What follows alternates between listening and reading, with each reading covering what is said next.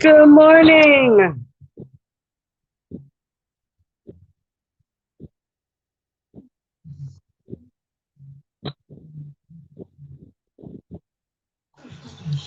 Good morning, everyone. Good morning. Hello, hello, hello.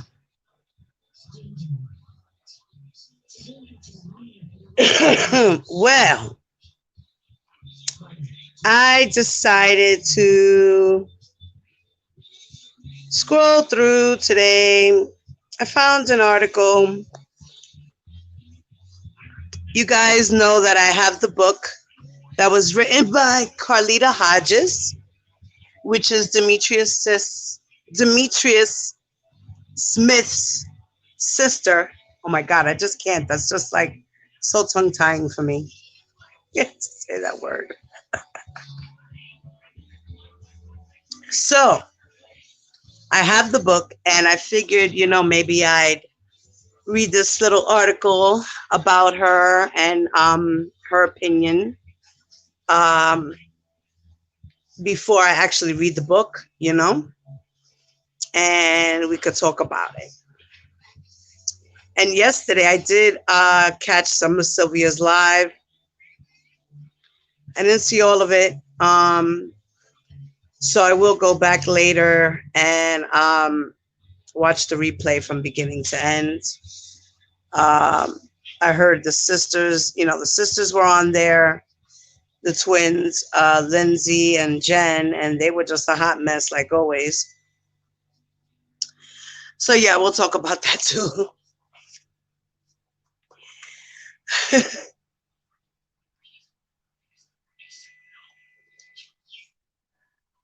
So I'm going to say hello again to everyone. Good morning, 100 devices. Good morning, flawless beauty lady. Good morning, Mom Life Love. How are you, Mama? I guess it's evening time over there, right, Mom? And good morning, D Centavo. Bro, good morning. Angie, good morning. Good morning, guys. Good morning. Last night I got to catch some of Larry's live too. When I went on YouTube yesterday, there was a little action going on, so it was good. I got to catch a couple of people. Sometimes when I go on, people either just went off or, I missed it the day before or something. So, what you couldn't watch, Mom?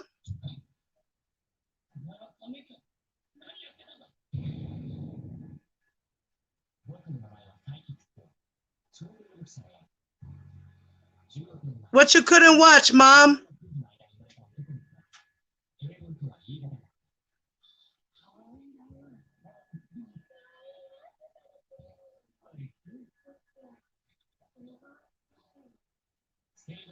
Oh, Sylvia's live. Why you couldn't watch it? You couldn't watch it because you didn't want to watch it, or you couldn't watch it because of issues with streaming, from the country to the other country. Yeah, Sly Fox. There you go.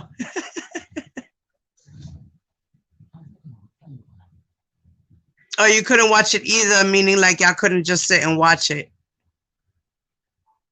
Yeah, I did. I jumped in. I forgot. I think it was. I think Michelle. Michelle told me to watch it. I text with her a little bit, and then I noticed that she had told me, I hope you're watching Sylvia's live or whatever. And I was like, what? What's going on over there? But when I had saw the text message, it was like a little while after she already had sent it to me. So yeah, these people are R. Kelly supporters. Her name is Infamous Sylvia. And she had a panel yesterday with two of R. Kelly's ex-employees. Hey, good morning, Bev. Good morning. She had an interview with the employees. So, and Maria, like that can't. Yeah, I asked so many questions, they would most likely block me. Yeah, they would. They don't like people who want to know too much. They like the people that are ignorant on their side that don't know much at all. So they could feed them whatever lies and bullshit. They'll just suck it all up.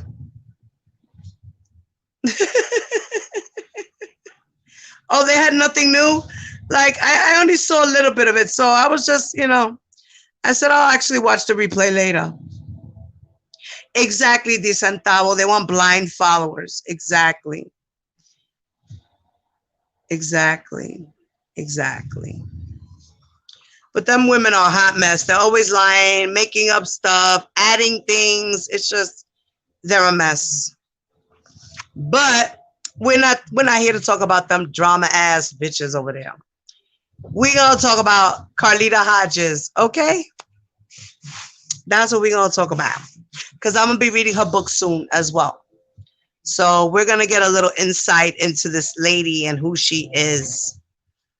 All right, now I'm gonna open up another page. Davina, since you're there, I need you to do me a favor. I need you to open up my YouTube channel on the Microsoft Edge. Hold on 1 second, guys.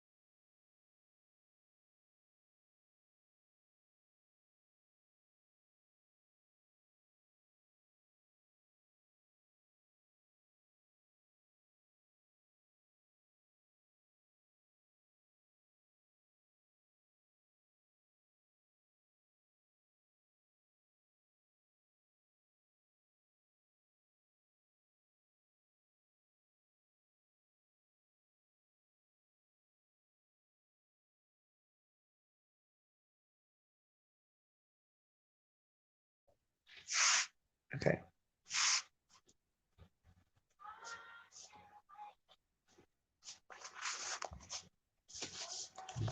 Okay, guys. Can you hear me? Can you hear me? Am I still in the stream? You can hear me? Can anybody hear me? Give me a thumbs up. Am I still in the stream? Okay, good. All right, you can turn it off now, Davina. Thank you. All right, yeah, because I'm on my phone right now. My daughter's on my computer, so I'm using my phone in the moment, and I gotta switch, pages. So I just want to make sure that I still have you guys. I didn't lose you. So now I'm not gonna pay attention to the chat because I can't see the chat from here. So I'm just gonna read through the article and then we'll talk about it after. You guys can talk about it as you go along, listening, asking questions, whatever. And then I'm going to try to go back into the chat and see if I can answer you guys as well. You know what I mean? All right. So this article comes from the Chicago Defender. And it was written in July 23rd of 2014. And the name of the article, the title of the article is Confessions of an Ex-Celebrity Wife, Carlita Hodges. And it says, 6 lessons I learned from my affair with R. Kelly.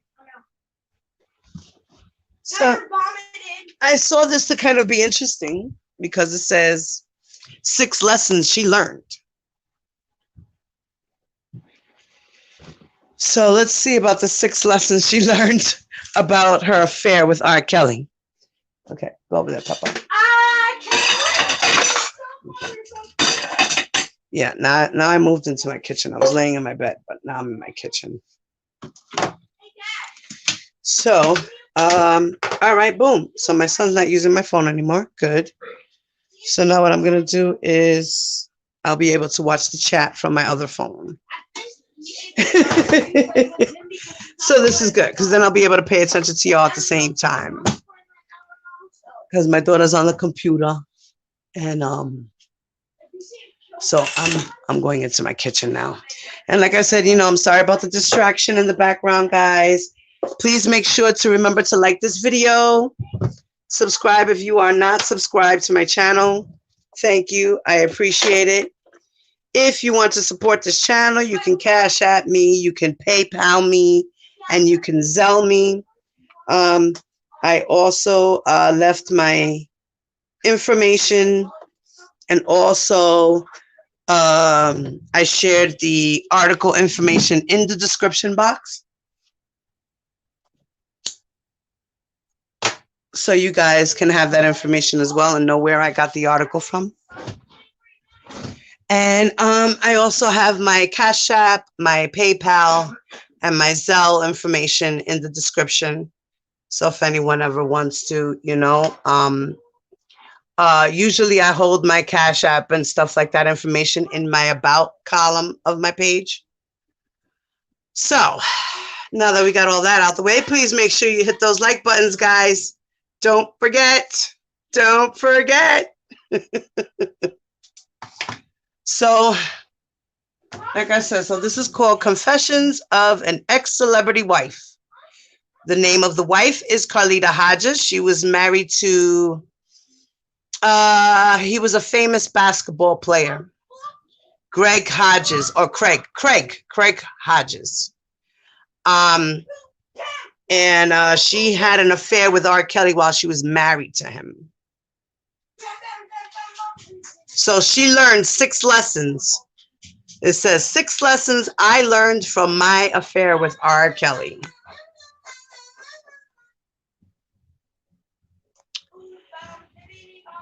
And it says, my secret affair with R. Kelly started by accident.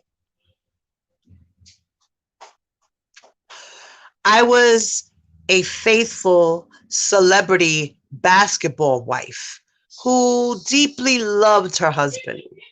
But after suffering from abuse and infidelity for many years, I eventually did what I never thought I would do: share my bed with another man.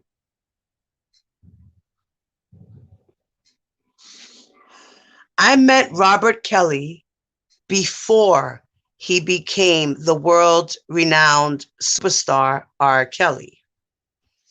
At the time, he was everything a woman could want: seductive, passionate, and charming. We had a very strong sexual chemistry that was undeniable. And even though it was wrong, it was almost impossible for us to resist the temptation.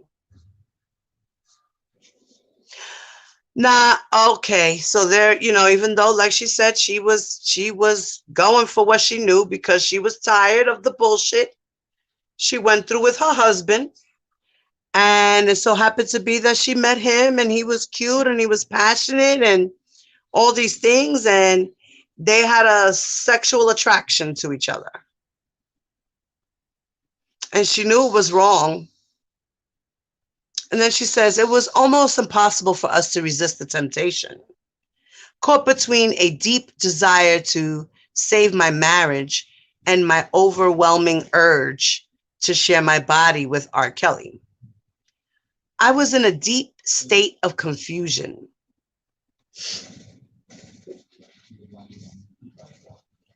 After fighting our intense sexual attraction, R. Kelly and I decided to take our friendship to a different level. And although I cannot go into too many details about our affair, I will say that we were hot for each other.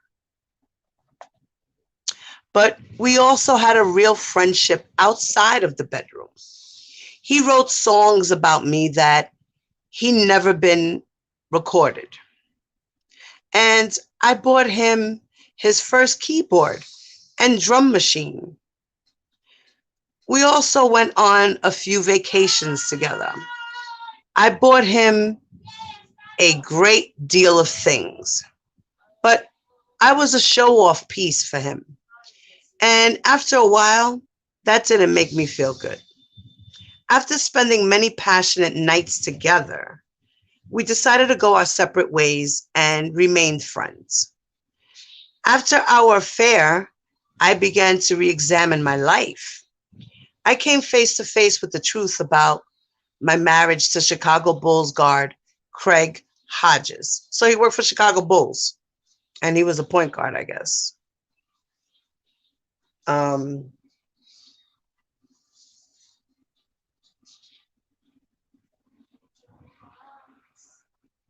Hold on, I'm sorry, y'all. Give me a second.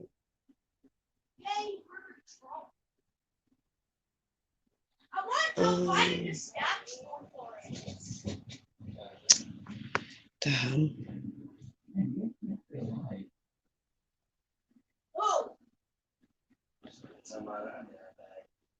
Okay. All right. Where was I? Okay.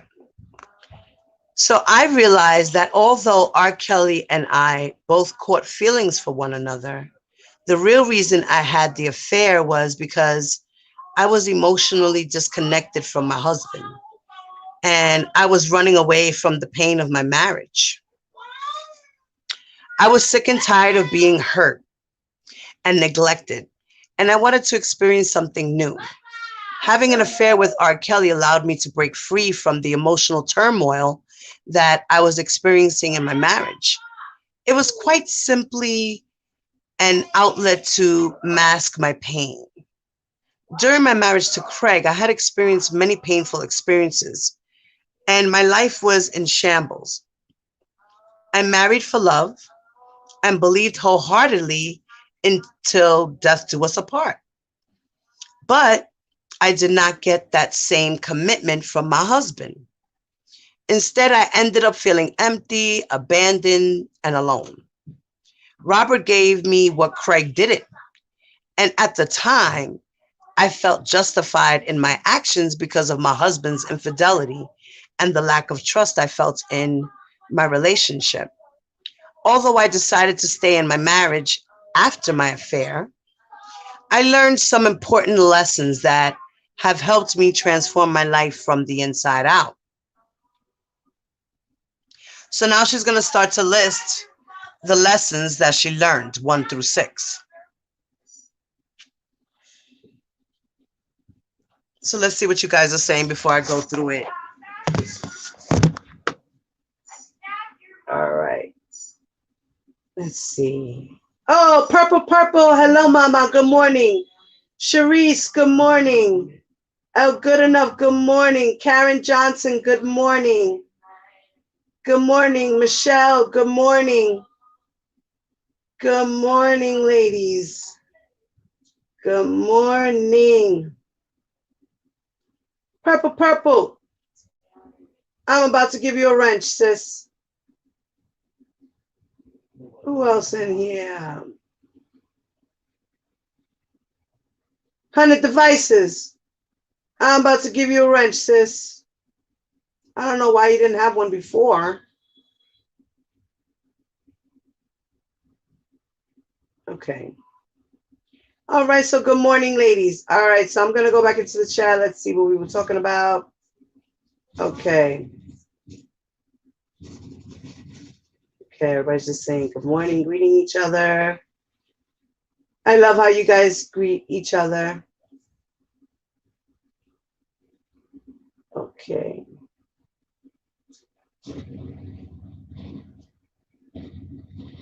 All right, so we're just all greeting each other. All right.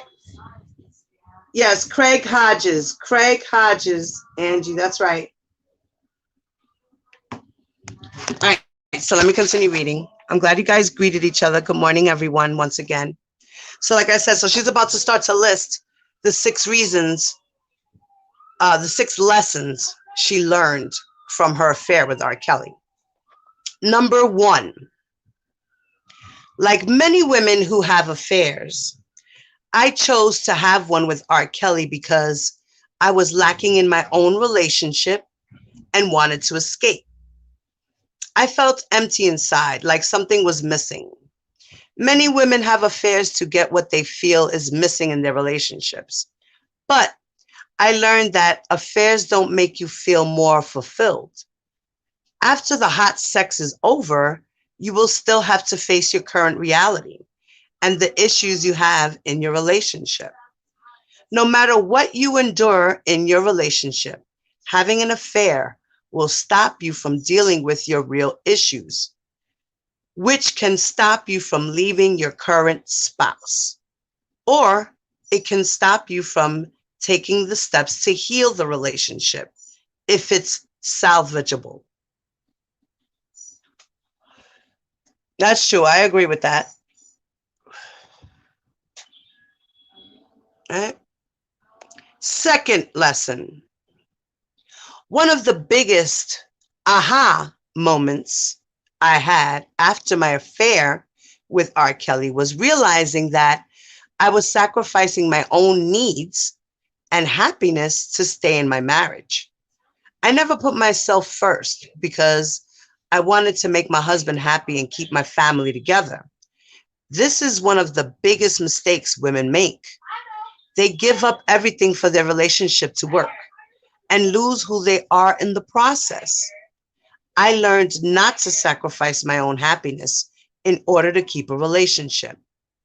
I agree with this as well. Number 3, according to everydayhealth.com, 55% of women cheat, and some of them cheat to boost their sagging self-esteem or because they are unhappy in their relationships. Although I felt good about myself most of the time, I was very unhappy in my marriage because I endured years of abuse and lies. But I remained faithful to my husband and our marriage because I was determined to stick by him and make it work. If I knew then what I know now, I would have made a different choice because cheating is never a good option. regardless of the situation. I learned that as a woman, I learned that as women, we often let our emotions control us. And when we are in pain, we do things that can jeopardize our health, wealth, and even our sanity. And this is true. I agree with her too. We unconsciously put ourselves in harm's way when we run from our problems. And not dealing with our issues makes us targets for more abuse and more toxic relationships with men. I agree. She said that spot on. Number 4, my affair with R. Kelly taught me that I was feeling broken and that I was looking for happiness outside of myself. Even though my affair gave me more excitement and helped me escape a painful reality, I quickly learned that the grass is not always greener on the other side, and that being with another man could not heal my pain. Only I could do that. Yeah, so it sounds like she regretted her affair with R. Kelly,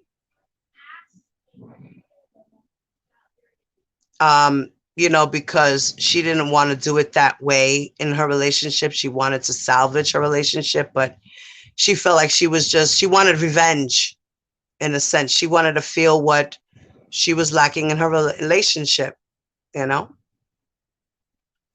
5, many people succumb to the fantasy of being with someone else because they think that they will have hotter sex with a person outside of their relationship, or feel that they will get treated better than they are being treated by their spouses. But this is not always the truth. After sex, affair sex is not always hot, and the person on the side always has baggage of their own. So no one is exempt from having personal issues, especially celebrities. I learned that all relationships, whether they are sexual, emotional, or both, have their share of problems.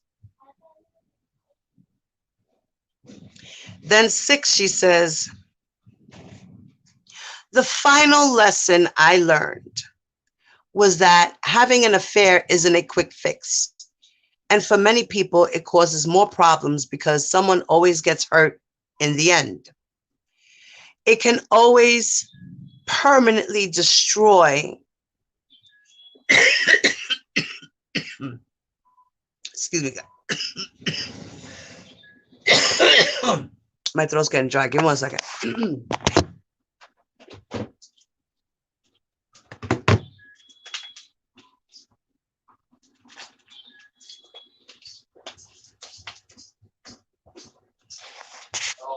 Yeah, I'm sorry.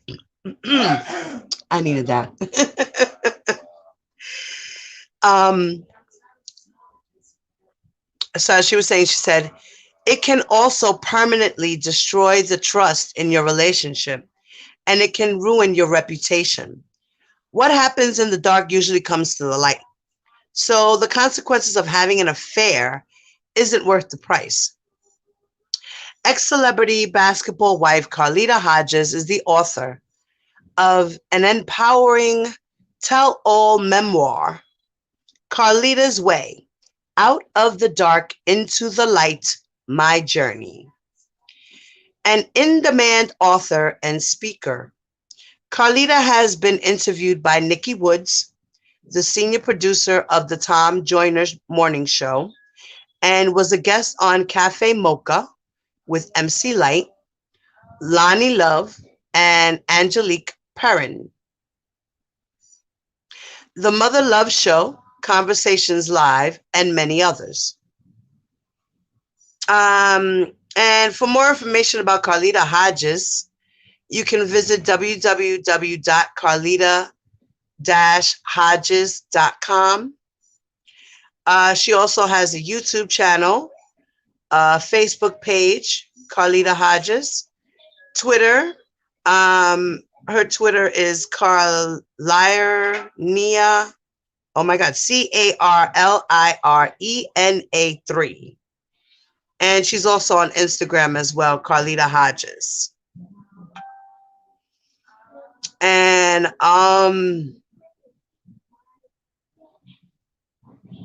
okay. And that is that. And that was that. So I just wanted to kind of just go through that a little bit. What y'all think of that?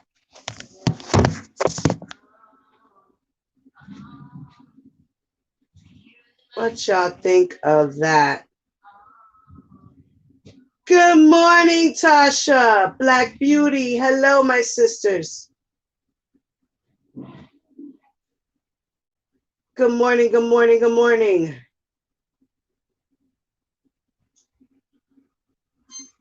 So she had an affair with R. Kelly before R. Kelly was R. Kelly.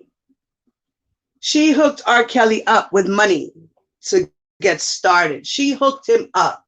She helped him to get to the little steps he needed to get to. So she was like one of the first women to deal with him, you know, in that sense, right before he became a major celebrity.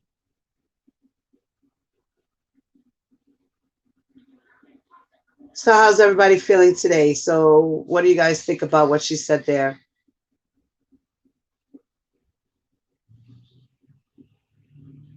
You missed the most, Diva? You could always just watch the replay, Mama. Watch the replay.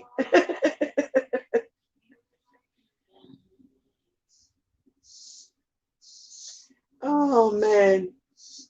So, yeah. So, later on, I'm going to do like what I said a few days ago. I'm going to go into the last chapter of Lisa Van Allen's book. And we can do that.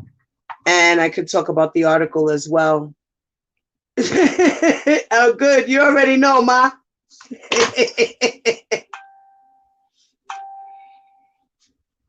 You already know. So, yeah. So I wasn't going to be on here that long. Yeah, that's what, right. What she said, an accident, which I think that was funny. You know, an accident is, he opened up his car door and he fell into a pussy or something. You know, that's an accident. Oh, shit. Right, like, that's an accident. She fell for his charming ways. That wasn't an accident. She did what she did because she felt like she needed to do it. He was making her feel a certain kind of way, and that's what it was. So she fell onto his lap, and that's what happened.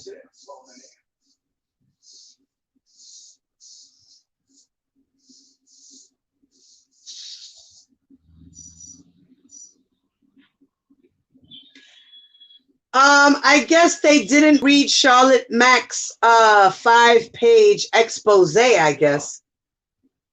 They didn't read it. They don't know nothing about it, I guess, because Cheryl Mack blew R. Kelly up. That's for sure. Okay.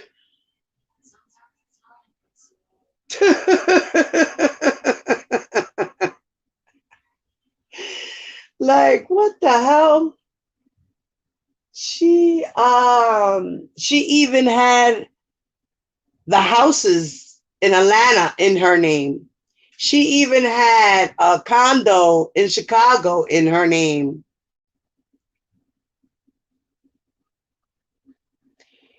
Yeah, they're ignorant. They don't. They're the Paw Patrol, yo. Larry couldn't have said it better. They are the Paw Patrol.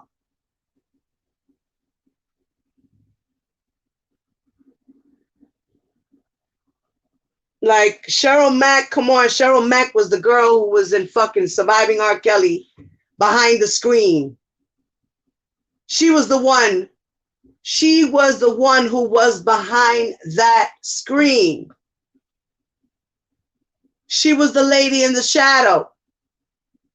She's the one who helped Dominique. She's the one who helped Haley escape, along with Diana Copeland. And the other one, Suzette Mayweather. They all helped them girls. That's why they left R. Kelly in 2018. Because they knew shit was about to hit the fan. And they skedaddled. They did the dip, they did the do, they ran, they left. They're like, my name is Bennett, I'm not in it. But they were all handlers. They were enablers. They were handlers and enablers of R. Kelly. And once that ship started to sink, they said, we out. Man overboard. Okay?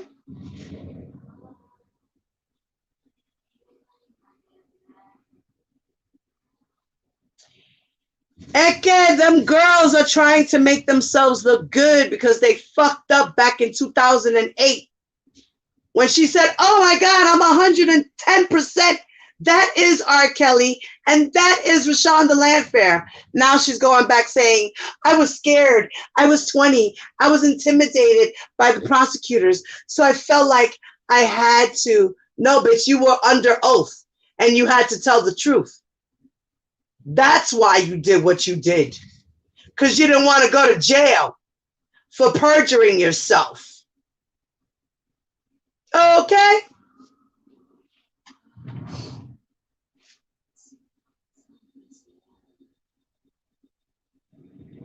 Yeah, that's Cheryl Mack behind that. Yo, come on.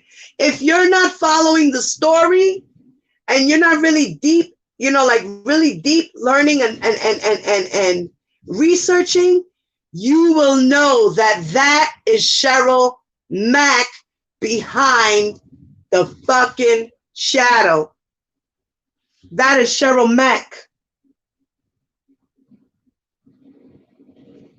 That was Cheryl Mack. She's going to be one of those witnesses testifying against R. Kelly, bro. Her, Kip, Demetrius, who knows, Diana Copeland, who else, who knows who else? Maybe Linda Minch. We don't know. You know? We don't know. Bev, what's his name? That Bivens guy, right? Michael Bivens or whatever his name is. He could be one of those. It could be his engineers that used to work for him. We don't know. But there's people that were in his camp that are coming forward, that have been subpoenaed, that have made statements, that were asked questions. You know? No, not from BBD, mommy. Hello, let me see your transcript. What's up, sis? Not from BBD. He was, oh God, is it Michael Bivens or Givens? Something like that. Givens or Bivens, I don't remember exactly the name, damn it to hell. But he was R. Kelly's bodyguard, and supposedly then he also became his tour manager or some shit.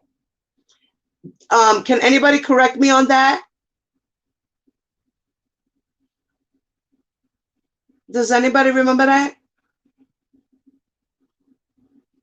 Oh, wait.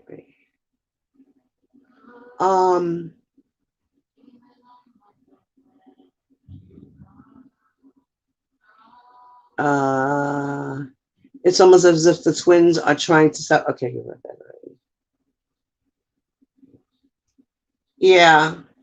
You know, oh, it's Givens. Michael Givens. Thank you, 100. Thank you, 100. 100. It's Michael Givens. So he was the tour manager. Actually, he was the bodyguard, then became a tour manager or some shit. She said listening to them gives me more gray hair.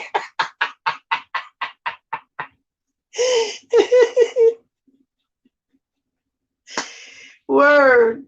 Like, oh my God. I can't. There's still so much shit that people don't know, people haven't seen. Like today, I didn't even know that Toxic Diamond did an interview with Carlita Hodges. I just heard that whole interview. Like, wow. I'm going to see if I can get permission from Toxic to play her video on my live. And then, of course, give her the credit so you guys can follow the exact interview. You know, I'll put the link in the page and shit. It's wow. Wow, wow, wow, wow, wow. Wow. Wow. And Toxic did a great job with that interview. She sure did. She sure did. Oh, shit. I just got a thing. Dana's on right now. Dana! What is he talking about? I guess he's going to talk about them, the ladies yesterday.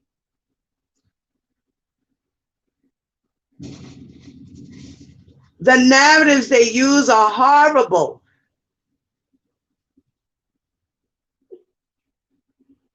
Yeah, see, so you guys saw that. I'm seeing, I saw it for the first time. I didn't even know Toxic interviewed her. She said that her and her brother weren't talking. She was about to, in the middle of a lawsuit with him and shit. You know, she didn't know Rob to be abusive and controlling and all that shit. That was her brother. So she's trying to say, she even said that R. Kelly being abused was a lie. She said that she heard that they were going to make that up. So in case if he gets in trouble, they could use that as an alibi, you know what I mean? Like a cover up to his actions. Yeah, she hates her brother. She is pissed off with that nigga because she said that he used her story in his book and he lied on her and his mother as well or some shit. Yeah, I hope she does. I'm gonna see if I can I think I have her on Instagram. I'm gonna DM her and see if she'll let me you know, she'll be nice. You know, I never had a problem with Toxic. That was one of the first people I subscribed to on YouTube under another name, and then I subscribed to her on the Diva later on. Yeah, it was a while ago. It was about a year ago she did the interview, I believe. It was. Yeah.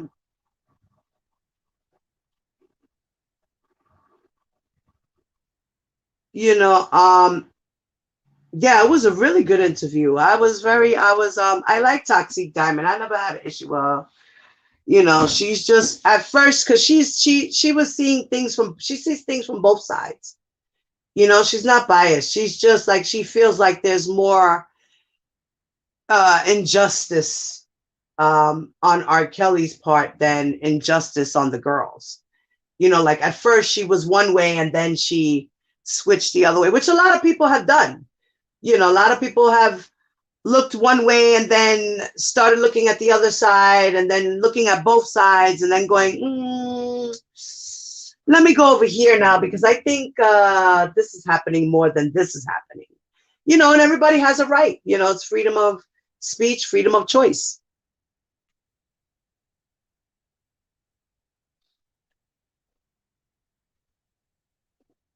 Yeah, she's really good when she's serious. When she gets down to her business and she's serious and she's actually doing interviews, she's very well and articulate in those interviews. You know, I think she's very good with them. Um, so yeah, so this affair with R. Kelly did something to her marriage, and she woke up, I guess, and realized that, you know, she lost a lot, but that she also gained a lot. You know what I mean? She lost and she gained. Yeah, he's guilty as hell. Like, come on, like this, come on. Since he married Aaliyah, since the tape, since forever now. Like there's so many allegations going around and around and around, you know, and it can't be that everybody is fucking lying. Like, come on now.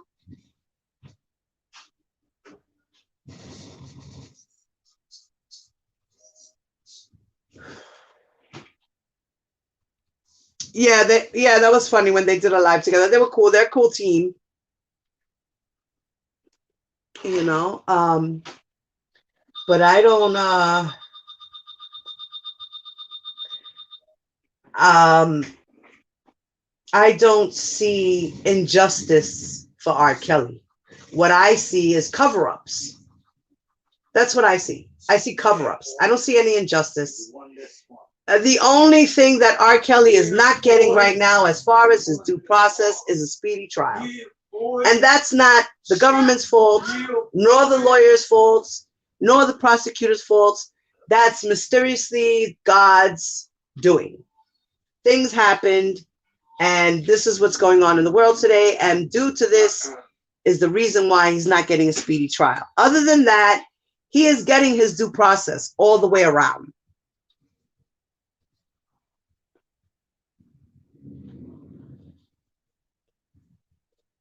There's no setup. Ain't nobody setting him up.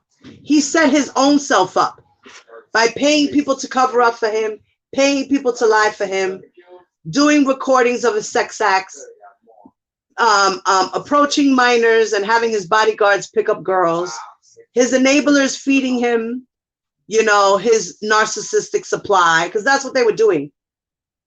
They were feeding him his narcissistic supply.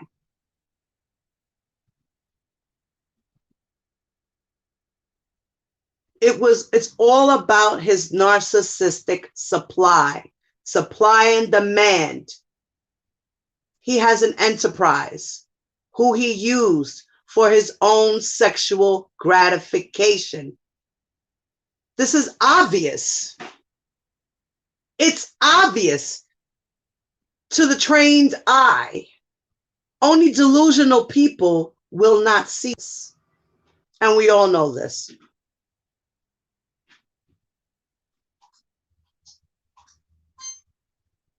His crew did everything to fucking ruin him. They thought that they were helping him. They thought that they were just doing their jobs. And I'm pretty sure later on down the line, they started seeing things and people started to back up. People even approached them and said, hey, what are you doing? And he said, what? You know what? You don't like it? Pack your fucking shit and get the fuck out of here. Because that's what he would do when people wouldn't agree with him. He would throw you away like a piece of trash because you didn't agree with him. Hot Rod! Hot Rod is in the building. What's up, papi? Okay, baby. Listen and whistle while you work, okay? Love you.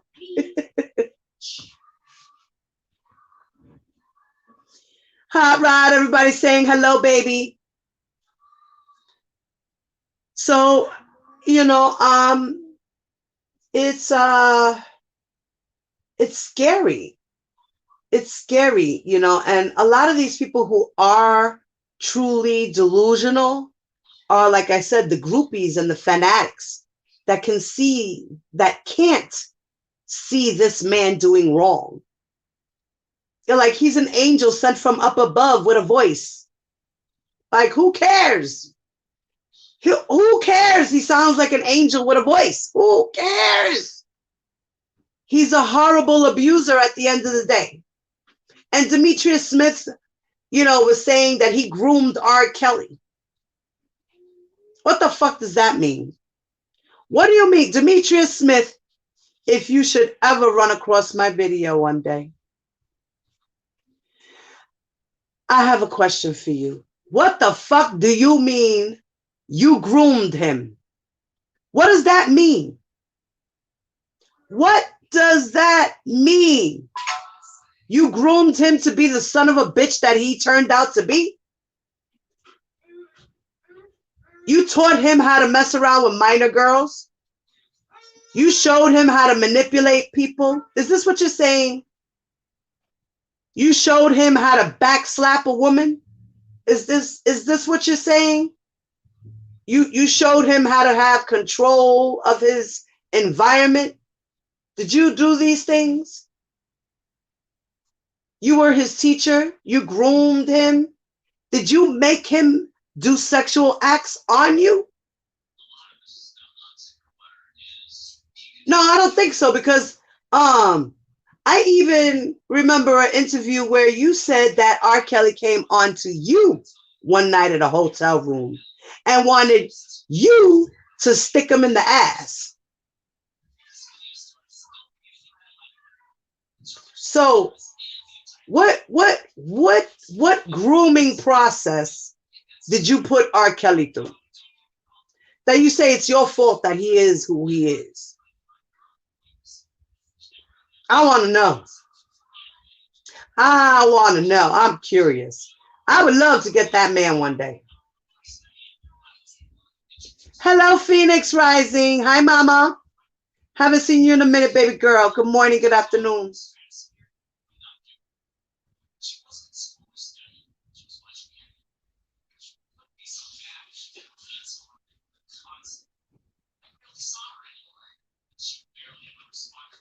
Yeah, I agree, Elgood. So strange. All he can do is sing. He can't do anything else. Don't know nothing but music and pray to like a saint. Yeah, exactly.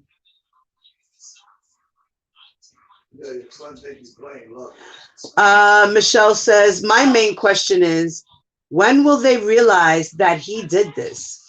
Every point they make can be invalidated with proof and court records. Exactly, Michelle, exactly. And they're saying that, they're saying that there's no proof, there's no evidence, there's nothing. It's all hearsay. No, it's not all hearsay. There are actual facts to back up shit. This is why he doesn't have a bond. There is proof that he tried to flee. There is evidence that he is a danger to the community. There is evidence that he abused minors. There is evidence that he used his enterprise to wheel in girls and to have sex with them and abuse them, whether they were minors or adults. It didn't matter. He still used his enterprise to lure in women. I understand, yes, R. Kelly is a singer. R. Kelly's an entertainer. And yes, women will flock to him because this is what it is. I get it. But when you know that the girl is a minor, you should be turning her away. You should not be, oh, it's okay. You can look like you're 19, but act like you're 21, and it'll be all right. It'll be all right. And then Lysol Larry made a comment yesterday saying that these girls they all lived the lifestyle of the fame and the fortune. What fucking fame and fortune did they receive? Because from what I remember, none of these girls ever walked anywhere with R. Kelly except for Haley Calhoun, Andrea. And Andrea was hidden for a long time until after she was getting ready to get divorced with R. Kelly. Nobody even knew R. Kelly was married. So what lavish life did he give to them? He wasn't taking them on vacations and having paparazzi follow him and take pictures with his girlfriends. He wasn't showing them off. He wasn't saying, yeah, this is my girl, Azriel. This is my girl, Dominique. This is my girl, V. This is my girl, Summer. This is my girl, Precious Way. This is my girl, Joy. This is my girl, Montina. This is my girl, Tia. This is my girl, Aaliyah. He ain't do none of that. Your mother's calling you. Okay, give me 1 second, guys. Hold on, y'all. My mama's calling me. Give me 1 second. Give me 1 second, y'all.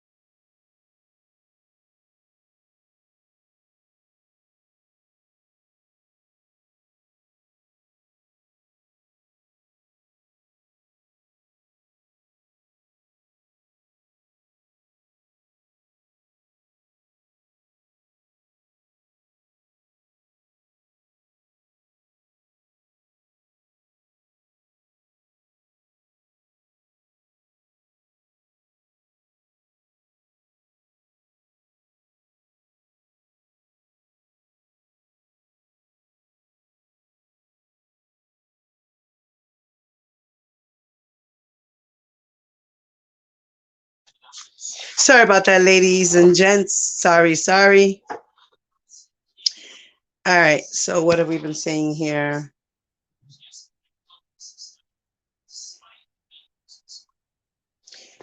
Lysol Larry also said Kels was guilty. I'd rather have a smart man, but that's me. They have evidence.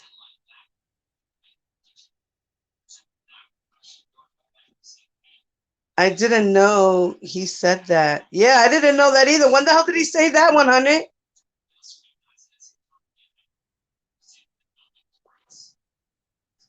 Oh, wow. Oh, he didn't even erase the comment either? Wow. And they think they can push a better narrative to the masses. How the public knows he was a good artist, but they also know he's guilty. Shaking my head. And you can't put action aside and replace with new stuff. Lies, lies, lies. What narrative can they push to make anything look better for him? Delusional folks. During Larry's live last night. He did? Oh man, I don't know. I didn't even peep that. I was there, but I left because I thought he was getting off. Was he still on?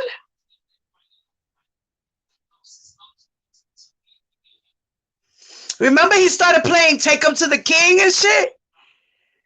He started playing Take Them to the King. So I thought, because you said, this was he was like gonna take us out with that, whatever. So I assumed he was getting off. So I got off. I was like, good night, everybody. So he stayed on longer?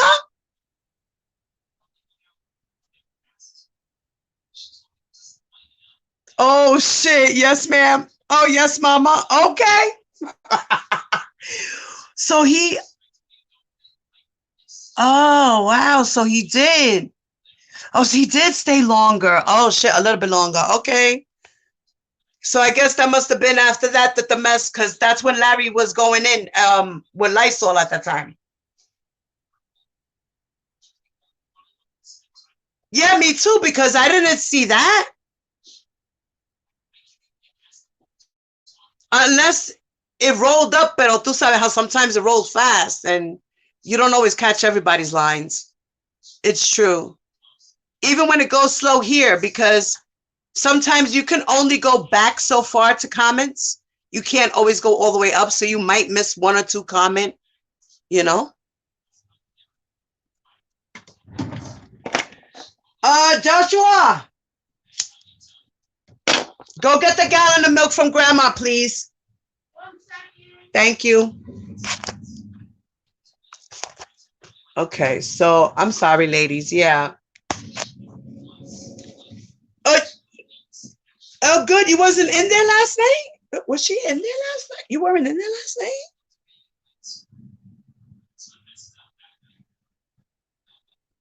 Who, Larry's live? I hope so.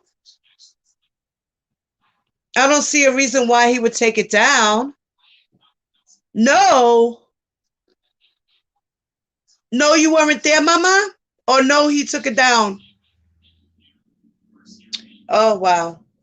Well, shit. That was something else. Yeah, like, and they're still trying to fucking say Larry is part of a setup and all this other bullshit. Oh my God. Like, I can't. So what? Larry fucking had the girls watch the fucking documentary in his house. So fucking what? So fucking what? What the fuck? So fucking what? If she wasn't going to do it in Larry's house, she was going to do it in somebody's motherfucking house. Come on now. Listen. A lot of these girls saw that, and a lot of these girls didn't because they didn't want to. Some of them chose to because they wanted to, and they wanted to see if everybody else's experience was the same. Some of these other girls decided to come out. Some of these girls are still hidden. There's still girls that we don't know about that are not going to come out and speak. Period. Like, oh God, this is a fucking headache. Esto es una tremendo cabeza de dolor. Okay?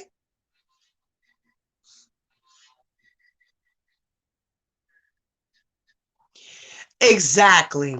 Now remember in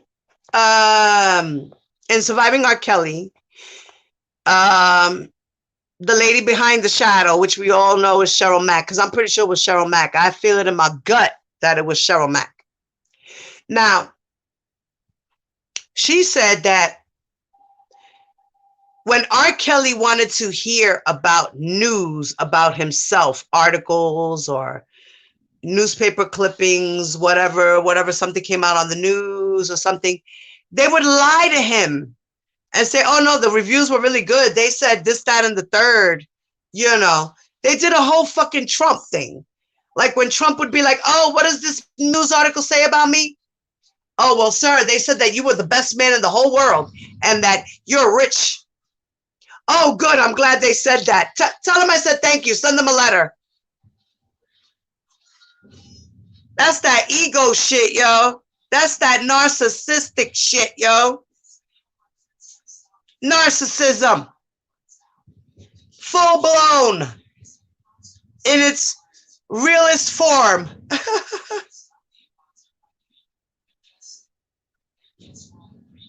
I'm telling you, 100 is her. I know it's her. Because if you go back into her expose and you read it, she says that, you know, about helping the girls, this, that, and the third. And then her talking behind the scenes, like, oh man, I wonder, shoot. I'm wondering if I could do a Zoom.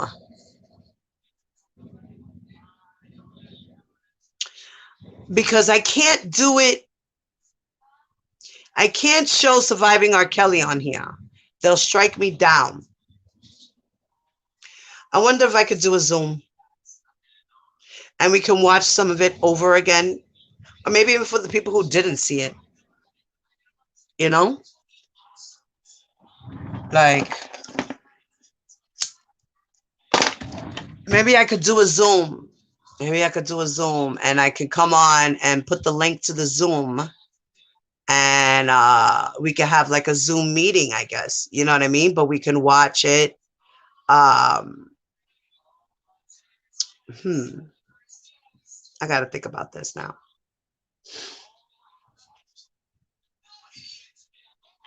You can out to and together.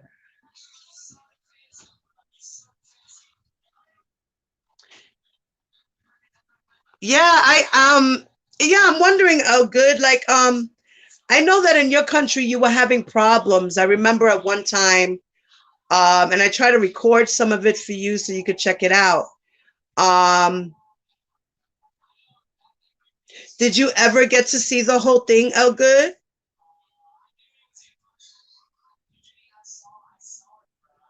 Yeah, matter of fact, a couple of weeks back I watched the Impact. Still my shit. Well, always or forever. You know? I don't know. Maybe we could do that.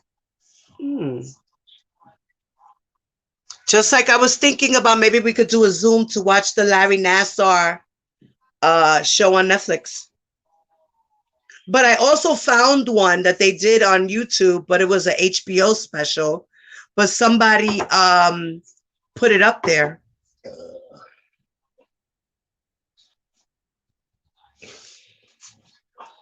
Yeah, you know, they don't.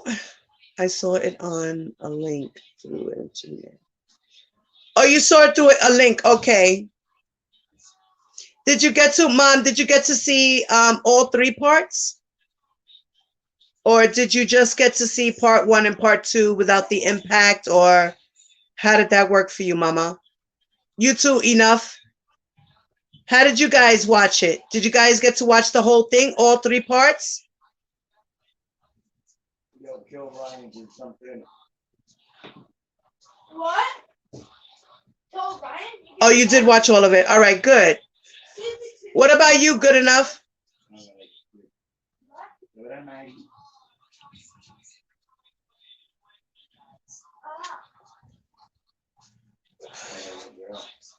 Text. Oh, wait. Here, go to his name. Oh, so you saw The Reckoning. I'll be on like later. I don't know. Let's go. I think I saw 3. Oh, so you did see all 3 is what you're saying. Or you're saying you saw The Reckoning. Just the two of us. Just two, Oh, just the two of us. Because it was Surviving R. Kelly, right? The first part. And then came Surviving R. Kelly, The Impact. And then came Surviving R. Kelly on Sylvia's channel. Okay.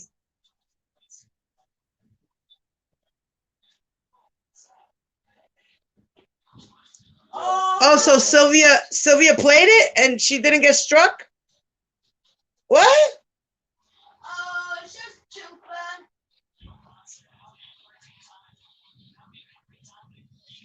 Really? Did oh, good enough. Did she show it on her channel and she didn't get struck? Did she show the whole thing or? Bits and pieces? How did that shit rock? Oh, yes. Too bad. Yeah, there's some episodes on Facebook. You know, there's episodes everywhere.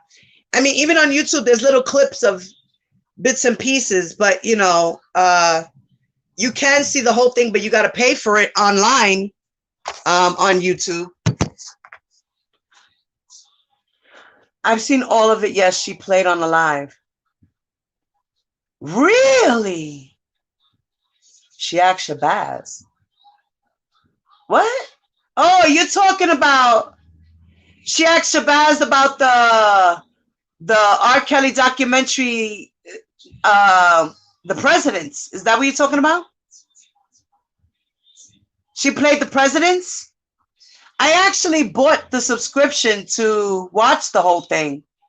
And then the following month, I guess you have to pay on a monthly basis to get it. And then it stays in your account for a month, and then you have to renew the subscription or something. I don't know. That's what I thought about. That's what I thought was happening. So I think that was whack. Oh, so you watched The Presidents? Oh, well, The Presidents, you know.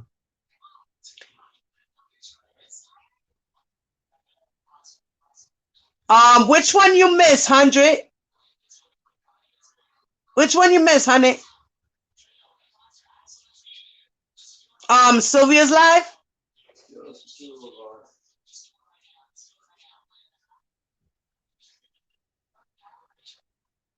Angie, she showed the whole thing of what? The Presidents or Surviving R. Kelly? Oh, okay, so you've seen all three parts. All right. Okay. So you missed them on Sylvia. Me too. I didn't even know she did that. But I saw it already because I paid the subscription to Shabazz's shit. I wound up downloading the thing.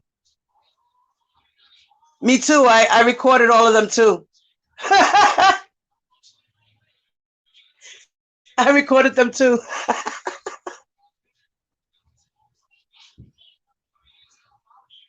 But I'm missing some of them. I think I deleted them by accident, yo. Sometimes I be working on my computer and stuff, and then I fall asleep and I be doing shit. Oh, yeah.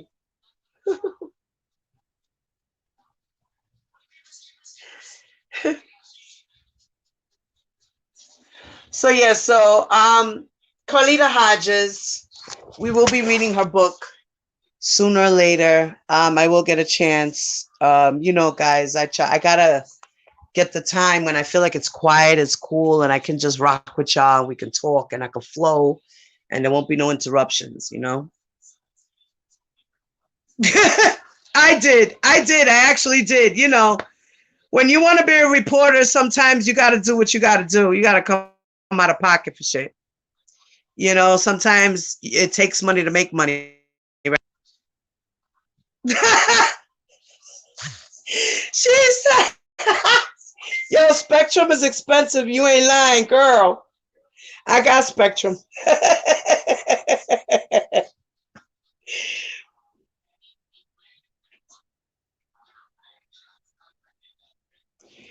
Exactly. That's what I was saying, Michelle. How can you dispute something you guys didn't even watch? Like, what the fuck?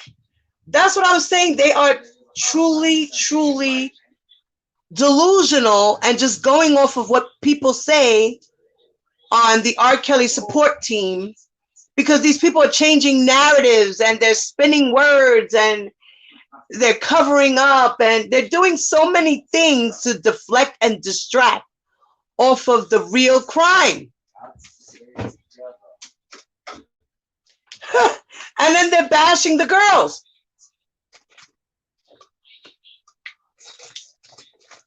Like, what the fuck? All the girls are lying. All the girls are money hungry. They all wanted money from R. Kelly. And so fucking what if they did? R. Kelly shouldn't have said, yes, babe, act like you're 19 but look 21. Or look 19 and act 21.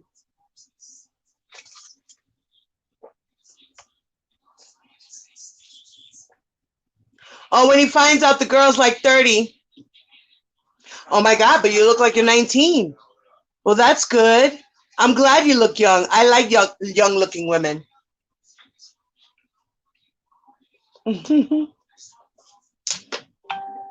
that what he said to Kitty Jones? Like, Kitty, you too old for me, but you look young, so you okay. You could come on my team. And even at that, he had 2 adult women living with him, and he didn't even show them off. So what the fuck does that tell you about this man? That he's hiding women. Hello? He's hiding women. Why are you hiding these girls? If you know you're not doing anything wrong, then you should be walking with all these women arm in arm outside and everywhere you go. People should know that these women are your girlfriends. That's what you had them thinking and believing. The only reason why, is because I need to protect you. Protect them from what? They didn't even go outside.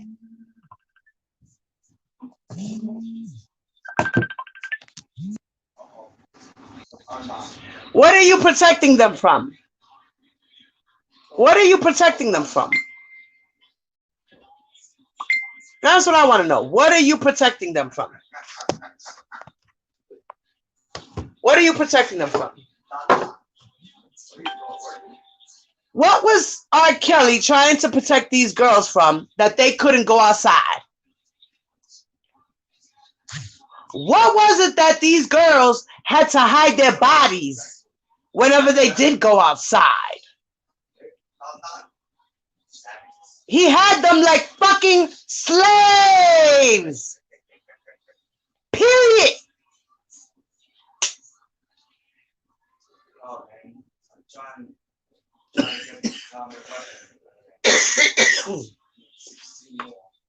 He had them girls like slaves, y'all. They were slaves. They were slaves. Sex slaves. They were in a concubine.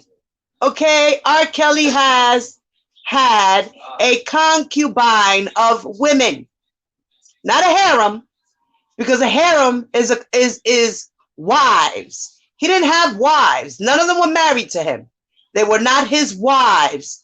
Let's straighten this out first of all. A harem is when it's one man with many wives.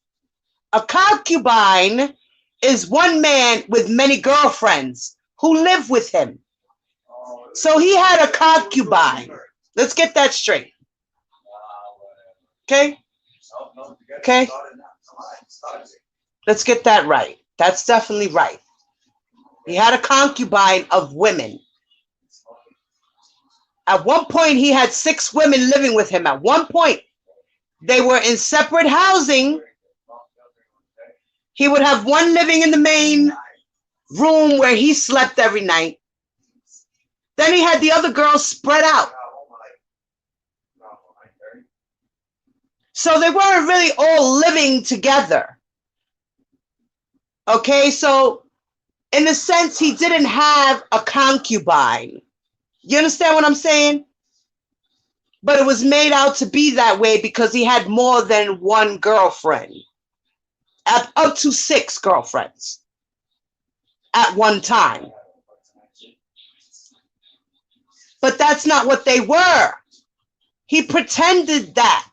He pretended to be their boyfriend so that they can, in their minds, they're thinking, this is my man, so that then they can do whatever he wants.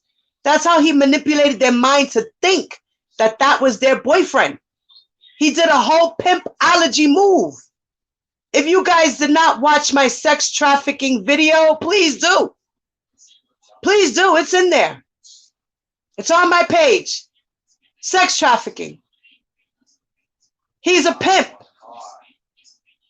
He went by the code to the pimpology. He's a pimp.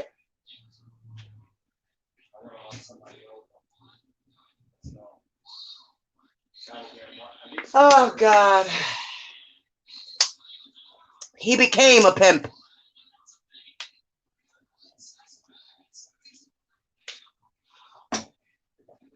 And then you're actually having your girlfriends have threesomes and foursomes with men.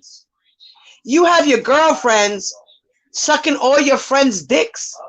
You have your girlfriends bent over while niggas is running trains on them. What is that? You had them girls as sex slaves and cover it up in their minds to pretend that they were your girlfriends.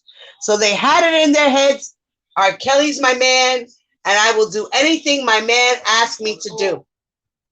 And if he don't like what I don't want to do for him, then I'm going to get punished. Whether it be with a sneaker, a slipper, a fist, a slap, pulling by my hair, dragging me from one room to the other, yelling at me, spitting in my face. He did these things. Dominique said I cut my hair because he pulled out a whole chunk of my hair. She said, fuck it. You know what? I was just so, fuck it. I just said, fuck it, and just cut it all off because I had a bald spot.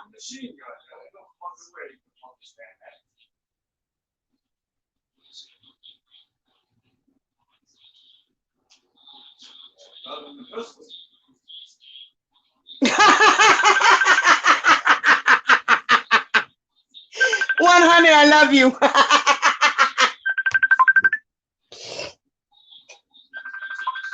Okay, hold on one second.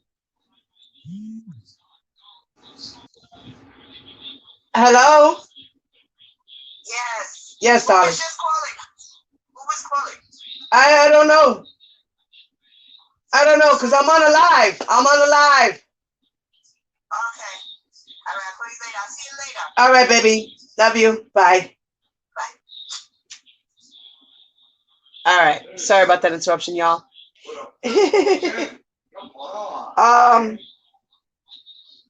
Yeah, so like I was saying,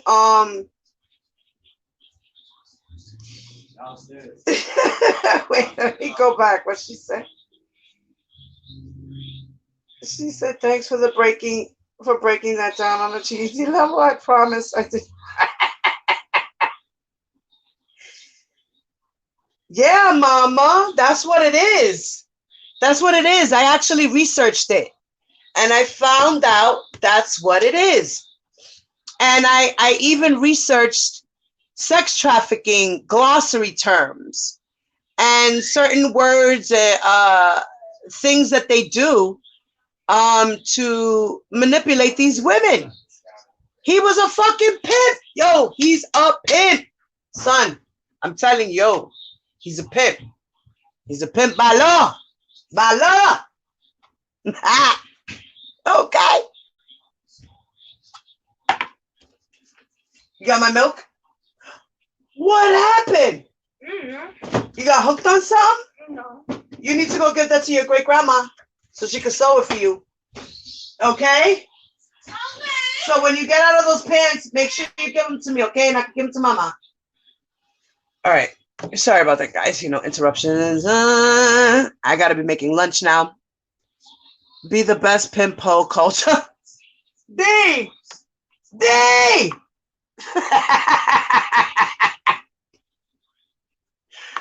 Oh, man. I don't get it. I don't get it. And I understand that he's a celebrity, Girls are going to flock to him. This is what it is. But he is the adult in the situation. And I don't care if it was his manager who brought a girl over to him. He should be the one to say, no. Okay?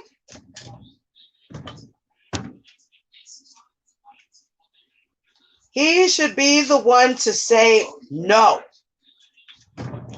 He should be the one to say, no, get her out of here. No, she's 16. Get her out of here. Get her out of here. Not, Oh yeah, man, you picked a good one. Yeah, all right. Yeah, who's she? Oh, or yo, go. You see the girl over there in the corner with the red dress? Yeah, go tell her I want to talk to her. That's what he does. Yo, you see the girl right over there? Yo, give her my number. Tell her I said to call me. He sends his boys to go get these girls. Then he has a side conversation with them. What did he do to Haley? Haley said I met him at the concert. He told me to go backstage. He took me backstage. He took me away from everybody, put me into a private room. We spoke, and then we had sex. That was it. He was mine now. Now I'm his. What? Come on, man.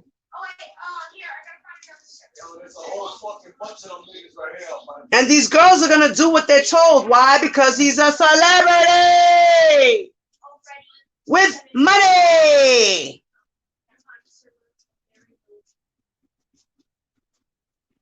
Like, they starstruck, bro. Come on now. Come on now. I got one. These girls are starstruck, bro. There's a bunch of them over there. But, oh, what the fuck? You know, and R. Kelly's enablers were his enablers. They kept giving him more narcissistic supply. Minute by minute, day by day, night by night. He was having girls do whatever because they were starstruck. They were in love. They were happy with R. Kelly. Don, you a quitter. So, yes, and Robert was pussy struck. They were starstruck. He was pussy struck. Yo, what's for lunch? I'll just be happy when the trial starts so they can be quiet. For real, Michelle. What's for lunch? I don't know, David. Give me a minute, okay? You got money. You got money? Good. What are we ordering? You order me a fucking Cuban sandwich. Huh?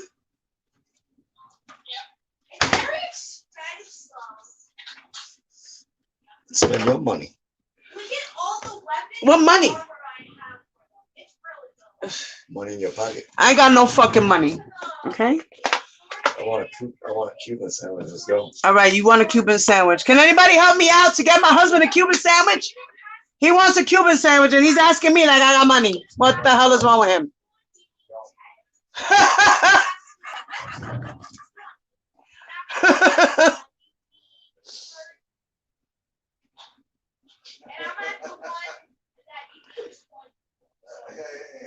Yeah, relationships of convenience. Yeah.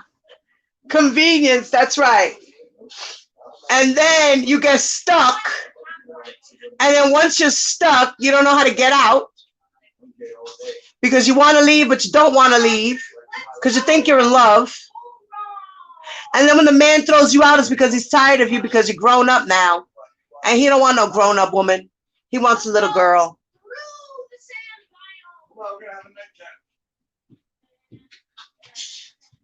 So, yeah. How about that? You know, it's convenient for him to get pussy and it's convenient for them to get money. Because it's not like he was giving them money every day. It was just when they would do good deeds. Like, oh, you were a good girl today. You know what? You want Louis Vuitton shoes? Okay, here. Go take her to the mall to go get those shoes, yo.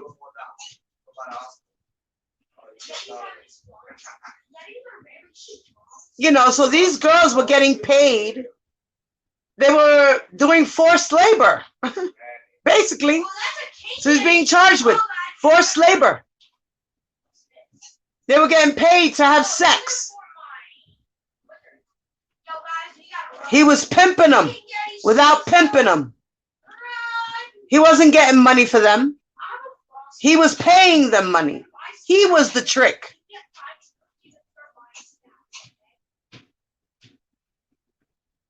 R. Kelly's a trick. Okay.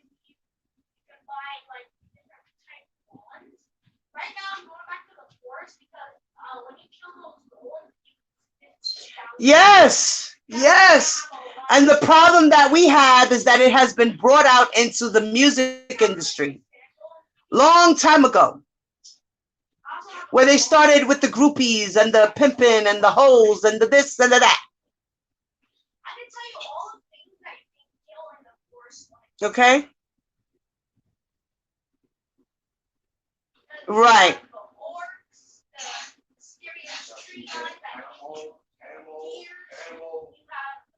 You know, they them girls were, they were his sex slaves.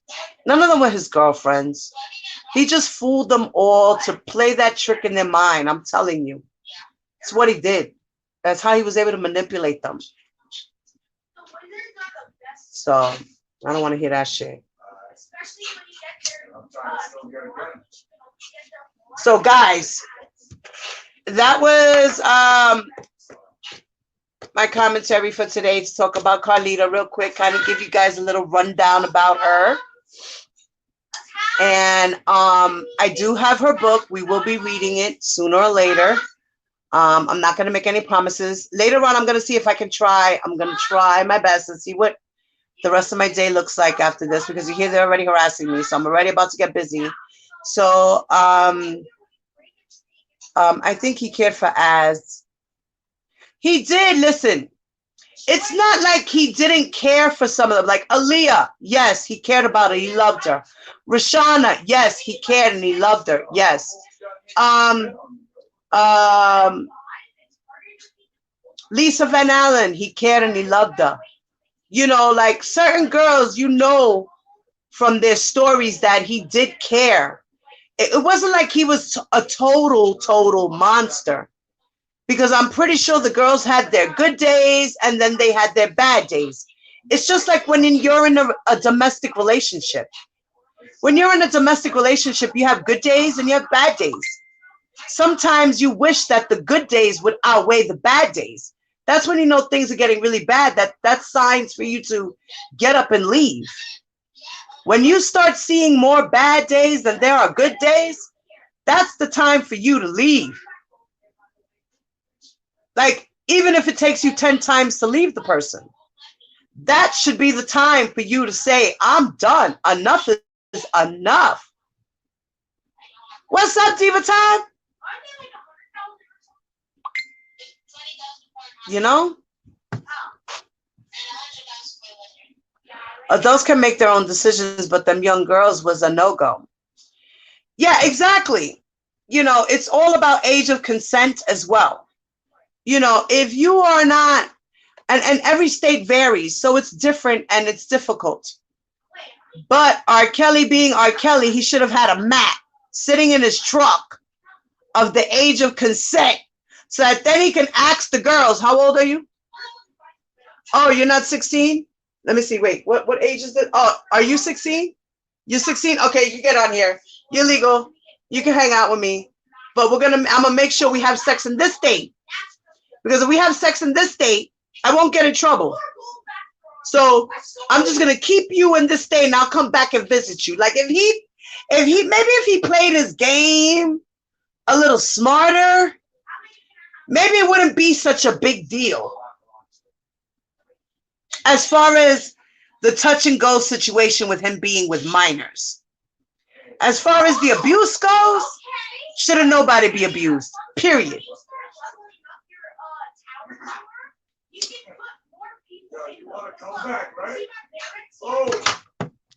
100 said, I don't think he cared for Rashana, therefore he just took advantage of her because she was around. You know, at first,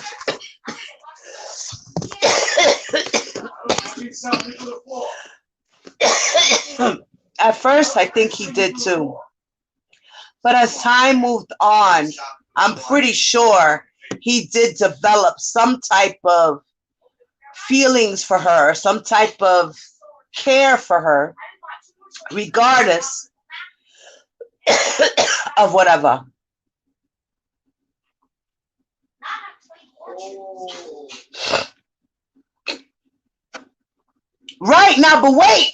Now wait. That's what I'm saying, D. You can't take a girl to a state. So if he at least fucked the girl in this state and left her there, and whenever he would go to that state, go visit that one girl. You understand what I'm saying?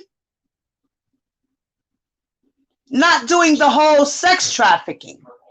If he would have just went state by state, met girls in those states, looked at what the consent was for the state, and said, okay, girl, we could do this. Every time I come to the state, I want to see you.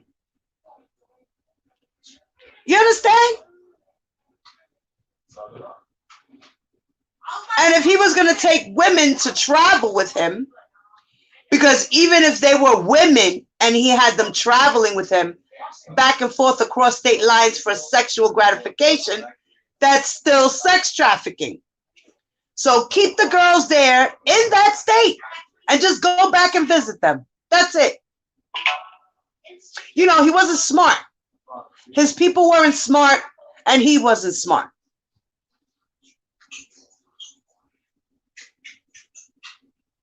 You know? What should I save up for next? Right, with like many men with money, like you said. Like many men with money. Okay? Like many men with money, he thought he could do what he wanted. Right. Now, this is another issue. You know, because he has money, everybody's always saying, oh, the girl's more money hungry. They wanted to fucking eat up all his money and all his money and all his money. None of these bitches walked out with bank accounts. What money? What money? None of these girls walked out with bank accounts to say, oh, look, R. Kelly, I left him and he left me with $1.5 million because I love him so and he loves me so. And he said, I did so much for him. I deserve $1.5 million or I deserve $500,000. No, it took bitches to sue his ass because he was being abusive in order for them to get some type of compensation. They weren't willing to put him in jail. They just felt like he needed some help. You see, there's a difference. Ah, Lord.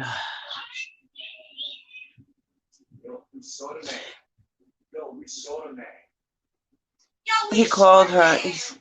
Yeah, Rashawn the Landfair was his goddaughter. Now, that was the sickest part, that he called her his goddaughter. He called her his goddaughter. How are you having sex with your goddaughter? How? How? Oh, man. And Rashawn the Landfair is testifying. She's about to be the whole nail to his coffin. Like, he's done. He's done. Obstruction of justice. He's done.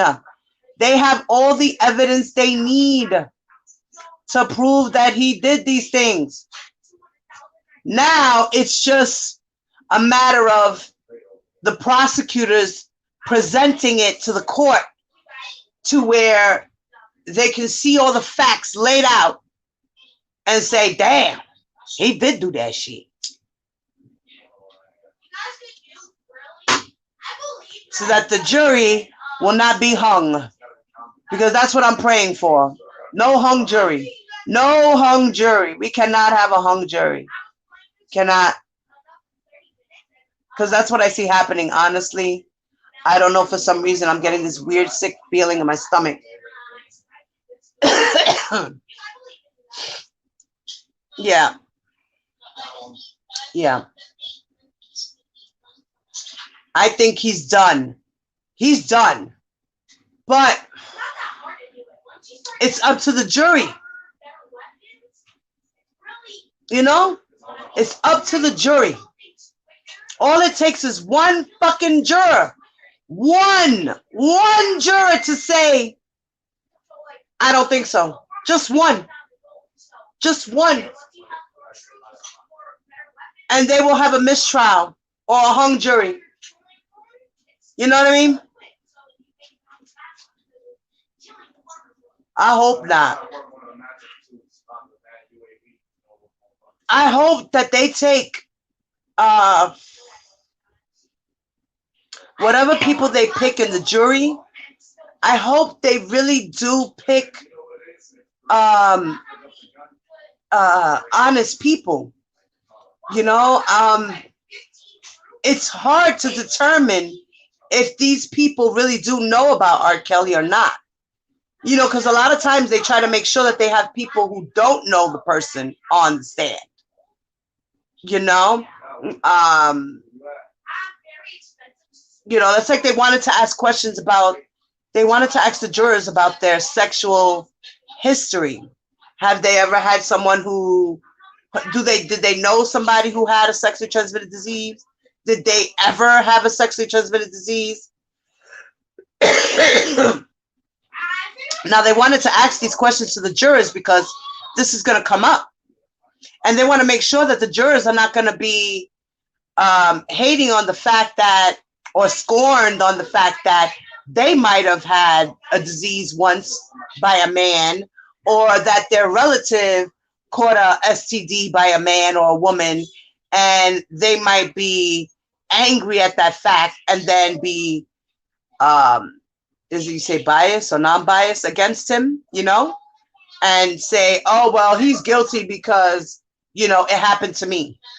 So I could understand why they wanted to ask those questions. I get it. But the judge said, no, you're not asking the juror those questions. That's not happening. Tiffany Hawkins, yeah, I think he did too with that girl. He did too. She was the cable girl, for crying out loud. Huh.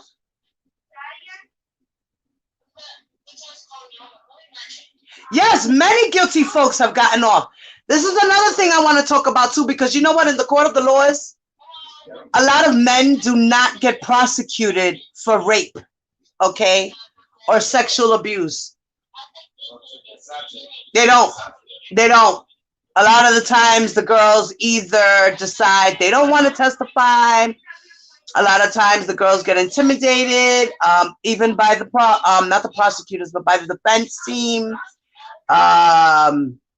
Like they might show up one day to court and then the next day never come back. Like things like that happen. There's times where women go to report these things to the precincts and the cops say, well, you don't have enough evidence, so we can't file this report. It's going to go nowhere. It makes no sense for me to file this report. So a lot of things go without being prosecuted.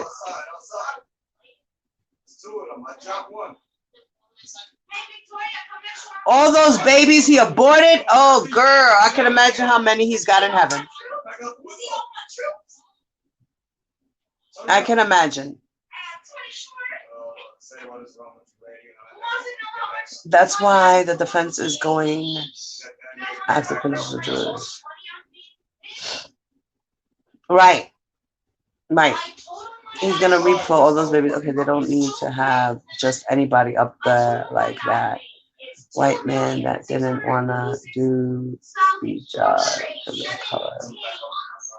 Right, that's like that other juror that said, oh, I didn't like the way they looked or they were dressed, so I just didn't believe them.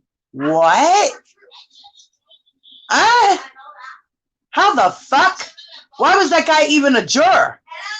That's what I'm trying to say. Like, there's not enough, I don't know how to say it. There's not enough, oh God, guys. I can't wait for my thesaurus. There's not enough,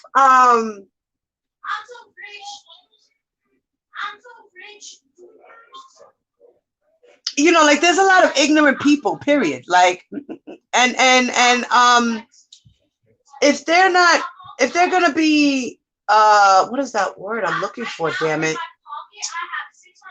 Ugh. But you know, if you're gonna be I can't get the word. But if you're gonna look at one thing, because if you're gonna be judgmental because of the way they look and say, oh, they look like whores, so they must be whores, so they must be liars. That's victim bashing. You should never have been a juror in the first place. What the fuck? You see, so how can a prosecutor and a defense attorney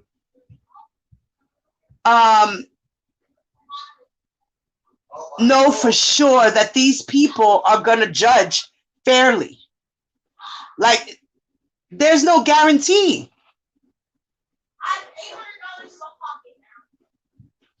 Right, Di Centavo. You know? That's true. All jurors aren't good people. Like, you, I don't know. I'm praying, y'all. I mean, like, this, I'm sorry, but this is a slam dunk case for me. Like, they have all the evidence they need. They might get more along the way. But this is it. This is it. He's done. He's done. And they still haven't come out with a discovery on what they found on those devices. They said that there was more porn in the trailer or something. Something what Larry was saying, I forgot exactly. But that they found more child pornography. Like, what? What? He's done. Right, like that old man that said that could have been a man who was scorned himself by a woman. You know, the woman could have been accused him, and all of a sudden he's like, no, I don't like the way she was dressed, so I don't believe her. Oh, that shit just was yeah, the lawyer, one of the lawyers called her a streetwalker. His attorney, one of his attorneys that were, where the attorney was the father. The attorney has a father who was also a preacher. Like, so he used biblical terms in his trial to try to say that she's the devil and that she was a streetwalker. He all this shit.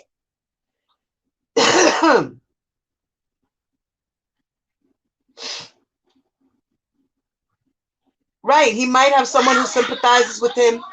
This is going to be a crazy trial. So the only one that will be televised is the Chicago State trial. Right now, so far, we know that one is in April and one is in September, and they're both the federal trials. The New York starts in April, and the federal Chicago trial starts in September. So we know that much. I don't know what's going on with the state of Chicago trial, and I don't know what's going on with the state of Minnesota. We haven't even heard anything about that at all. I've been looking for shit, and all I have is the one official complaint and the arrest complaint, and I forgot what you call this shit. Yeah. I believe in you guys. At what point do we blame our society perversions and stop blaming the children conditioned and traumatized by it? 820,000 for that. Society has made our lives the way it is, starting with ages of consent. Years ago, before Christ, because even with Christ, wasn't there incest? Wasn't there some type of incest before Christ? after Christ, during Christ. You know, I think in the 1800s is when they started the laws of consent. And the laws of consent started at the ages of 12. Like, it's okay as long as the girl got her period. She's an adult. Oh, savage. High five, nigga. High five, nigga. Yeah. Yeah. I love you, oh good. Do what you gotta do, my love. Yeah, we fuck them niggas up. 2 people. Yeah, that's one thing. I do a lot of reading, and like I said, they've been doing this to girls since the test of time. Girls have been slaves to men since the dawn of time. As long as a young lady got her period, she was now officially a grown woman. She is allowed to have sex. She is allowed to have babies. She's allowed to cook and clean and provide. This is how they see it. Or shall I say saw it back in history. Up until the modern day sex slave, you know, positions came about where now, hey! Sex slaves where the girls had to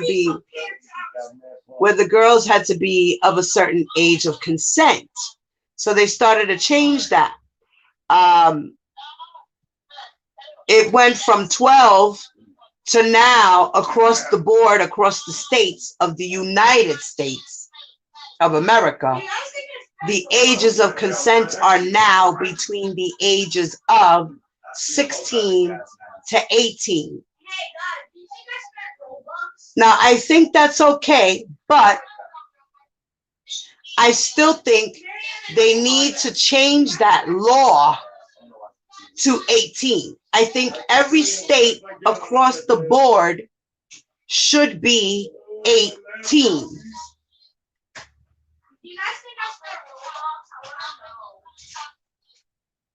I mean, even at 18, you're still not completely mature, but you're mature to an extent where you know right from wrong.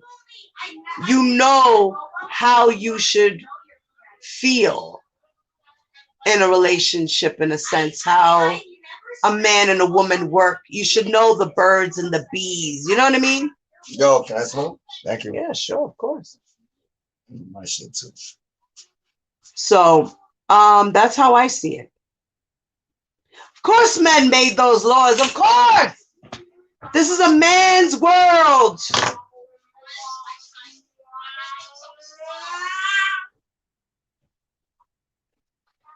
I have $7 million.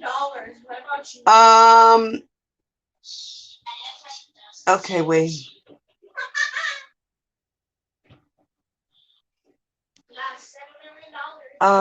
Michelle said yes, the centavo, but the average person misconstrues it and use the Bible for personal gain. 8-year-olds sometimes get their period. Yes, they do. Not all 8-year-olds. I was 11. I was 11 when I got mine. Yes, because it's left to interpretation, so it's that's the only way the book works.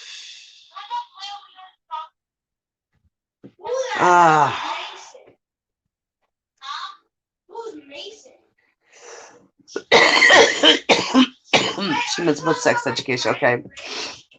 It may have been law because if a 16-year-old is dating a senior in high school that's 18 by the end of the year, they can't get in trouble. Yeah, exactly. That I understand. I get it. It's true because they're saying that if the young lady is 16, the man should not be no older than 5 years from her. So she's 16. She could date a 21-year-old, then it will be okay. It will be legal. 17, 18, 19, 20, 21. Right. A 21-year-old. So she's 16 and he's 21. By law, it's okay. They could date. They could have sex. Thank you, Mama.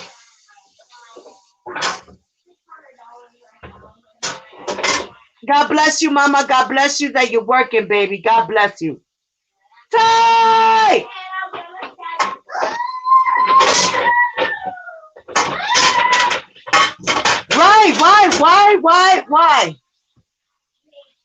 Why, D?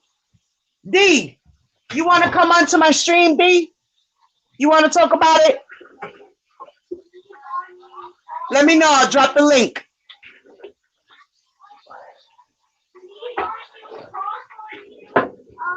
Because I have issues with that shit. I don't like it. You know, it's you know, they say man, God created man and woman, right? All right. And the woman ate the apple. Fucked us all. And you see, the women are rotten, but the men are God given to earth. Get the fuck out of here. Get the fuck out of here. Goodbye. This ain't no. Listen, you want to talk about? All right, I'm gonna drop the link right now, D. I'm gonna put it in the chat, puppy. Victoria, why were you just yelling like that? That hurt my feelings. No, it wasn't. No, it wasn't. All right, it's there. Let me see if I can pin it.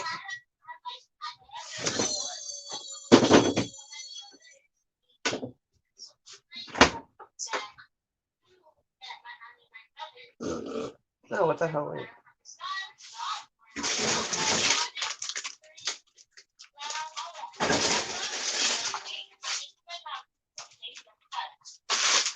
All right. I pinned the StreamYard. One for everybody. Wait, hold on. That's for your kids because just your daughter don't like it, so I'm giving her something else. All right. Do all three. Give me a dash. All right. Let me see if you're in here. All right, baby. Don't worry. I pinned the stream. So anybody who wants to jump in on this conversation, I pinned the StreamYard. What is that? Oh, burrito? Well, no. No, you don't need an app, puppy. You don't. You don't need the app for it. You don't. You don't need the app. You just go in. You just press the link and go in.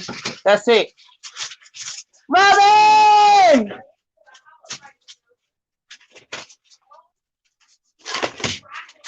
You said you're one of the...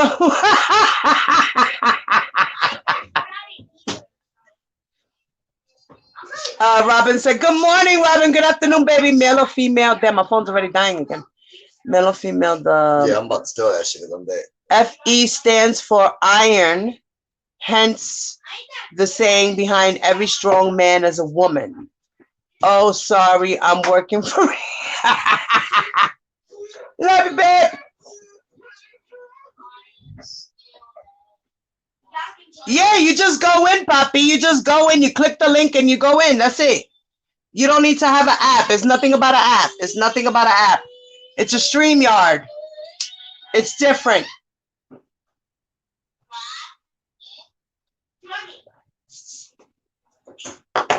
You guys want to do a knife fight on it?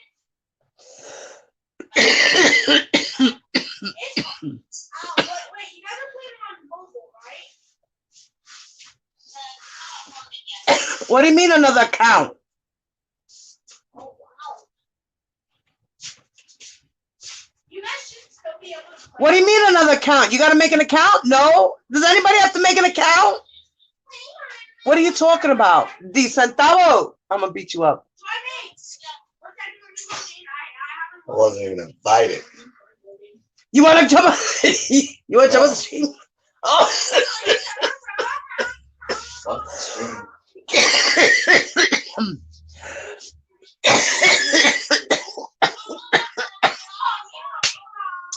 Y'all know what time it is for me.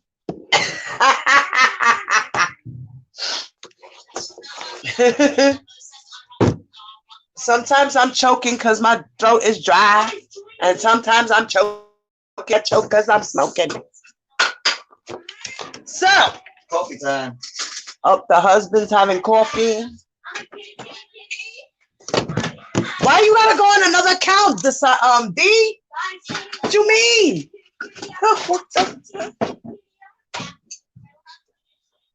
You just come in and you just type your name and you go in. That's it.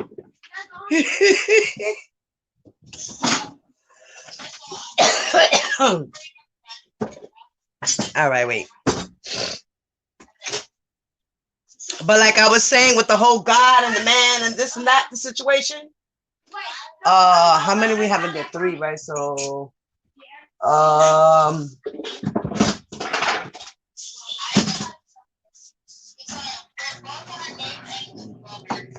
where's the, let me get the tapa. Yeah, I just sent you into it. I invited you to it. I'm sorry, guys. Give me a second. I'm in the process, you know, lunchtime, children, husband, family, life, you know, yeah. Okay. Otra vez with the coffee time. David's happy about his coffee. Okay, now what's going on here? Stop. What happened here? Oh my God. All right, sorry guys, I'm going through it at the moment, y'all. Coffee time. Otra vez with the coffee time. Oh, Maria. All right. Aisha, what's up, chula?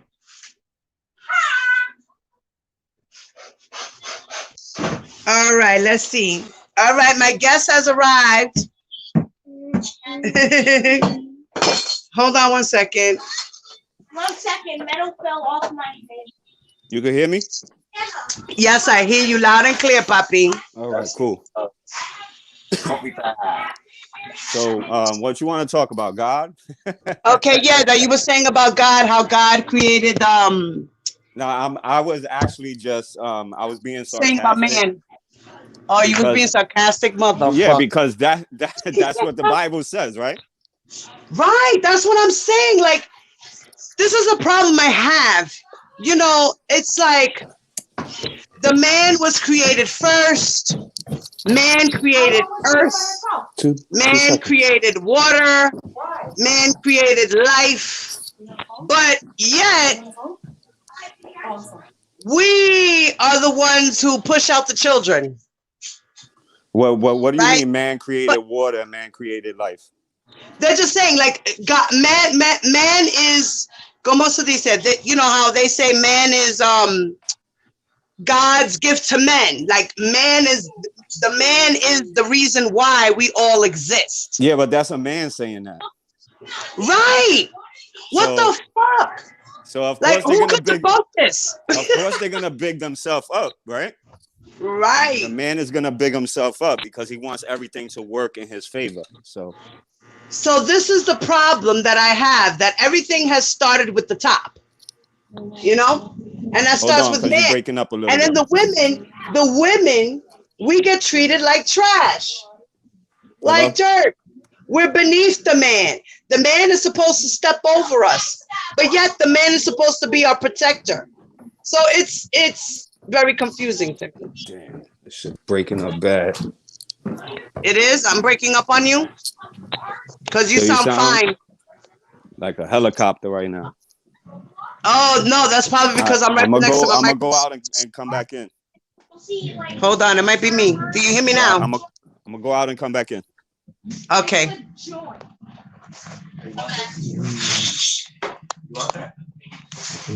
Yeah, that's kind of sweet, babe. I need some more milk in that shit. Really? You shouldn't have put no sugar at all. That shit is super sweet. I'm putting regular milk.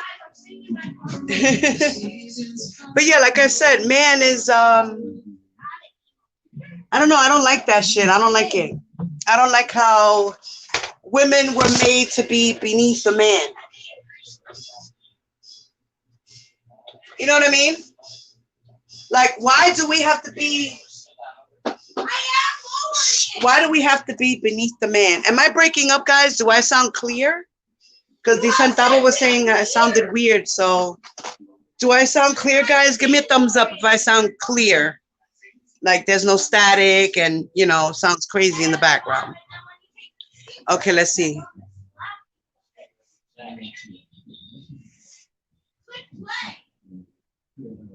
Okay. Hello? Yeah, you're in here, baby. Sound like a helicopter is in your living room with you. So you know what? I'm gonna look. I'm gonna mute my mic. I'm gonna mute my mic, and then tell me if you still hear that. Hello? Can you hear me? I hear you, Papi. Yeah, every time you talk, it starts fluttering like a helicopter. And that's why I'm saying on my end, guys. How does Let me see if I get next to my router if it works. Hold on. Okay. Hello? Hey, baby. Yeah, now you clear. Okay. All right. So it's probably where you were. Maybe you were too close to. Yeah, it said something about me having to update my my mic or some shit. Okay. And if I do that, but I ain't gonna do that right now. That's not, yeah, right. But yeah, so like you were saying, you know, to having man, how do you feel about the man situation, that man comes before woman? Like how do you feel about that? Well, I'm not trying to shit on religion for nobody. I'm just talking about my experience as a person who grew up, like, you know, in a family that believed in God or whatever. They didn't go to church. You know my family, right? Yeah. We didn't go to church. Motherfuckers just grew up believing in God because mommy and daddy told us to, you know? Right. But through my experience, you know, growing up, how shitty my life was as a kid, you know, I started to ask questions. And at the age I'm at now, I've come to the conclusion that that's just a story. You know, it's a noble lie. They try to tell people to give them something to believe in or whatever the case may be, to live right and have some moral compass. Because, you know, sometimes you can't just rely on people to do that shit on their own accord. You know? Right. I agree with this. I just don't like the fact that how women, at the end of the day, are portrayed to be slaves to the man. Yeah, but that's for a reason. You understand that already.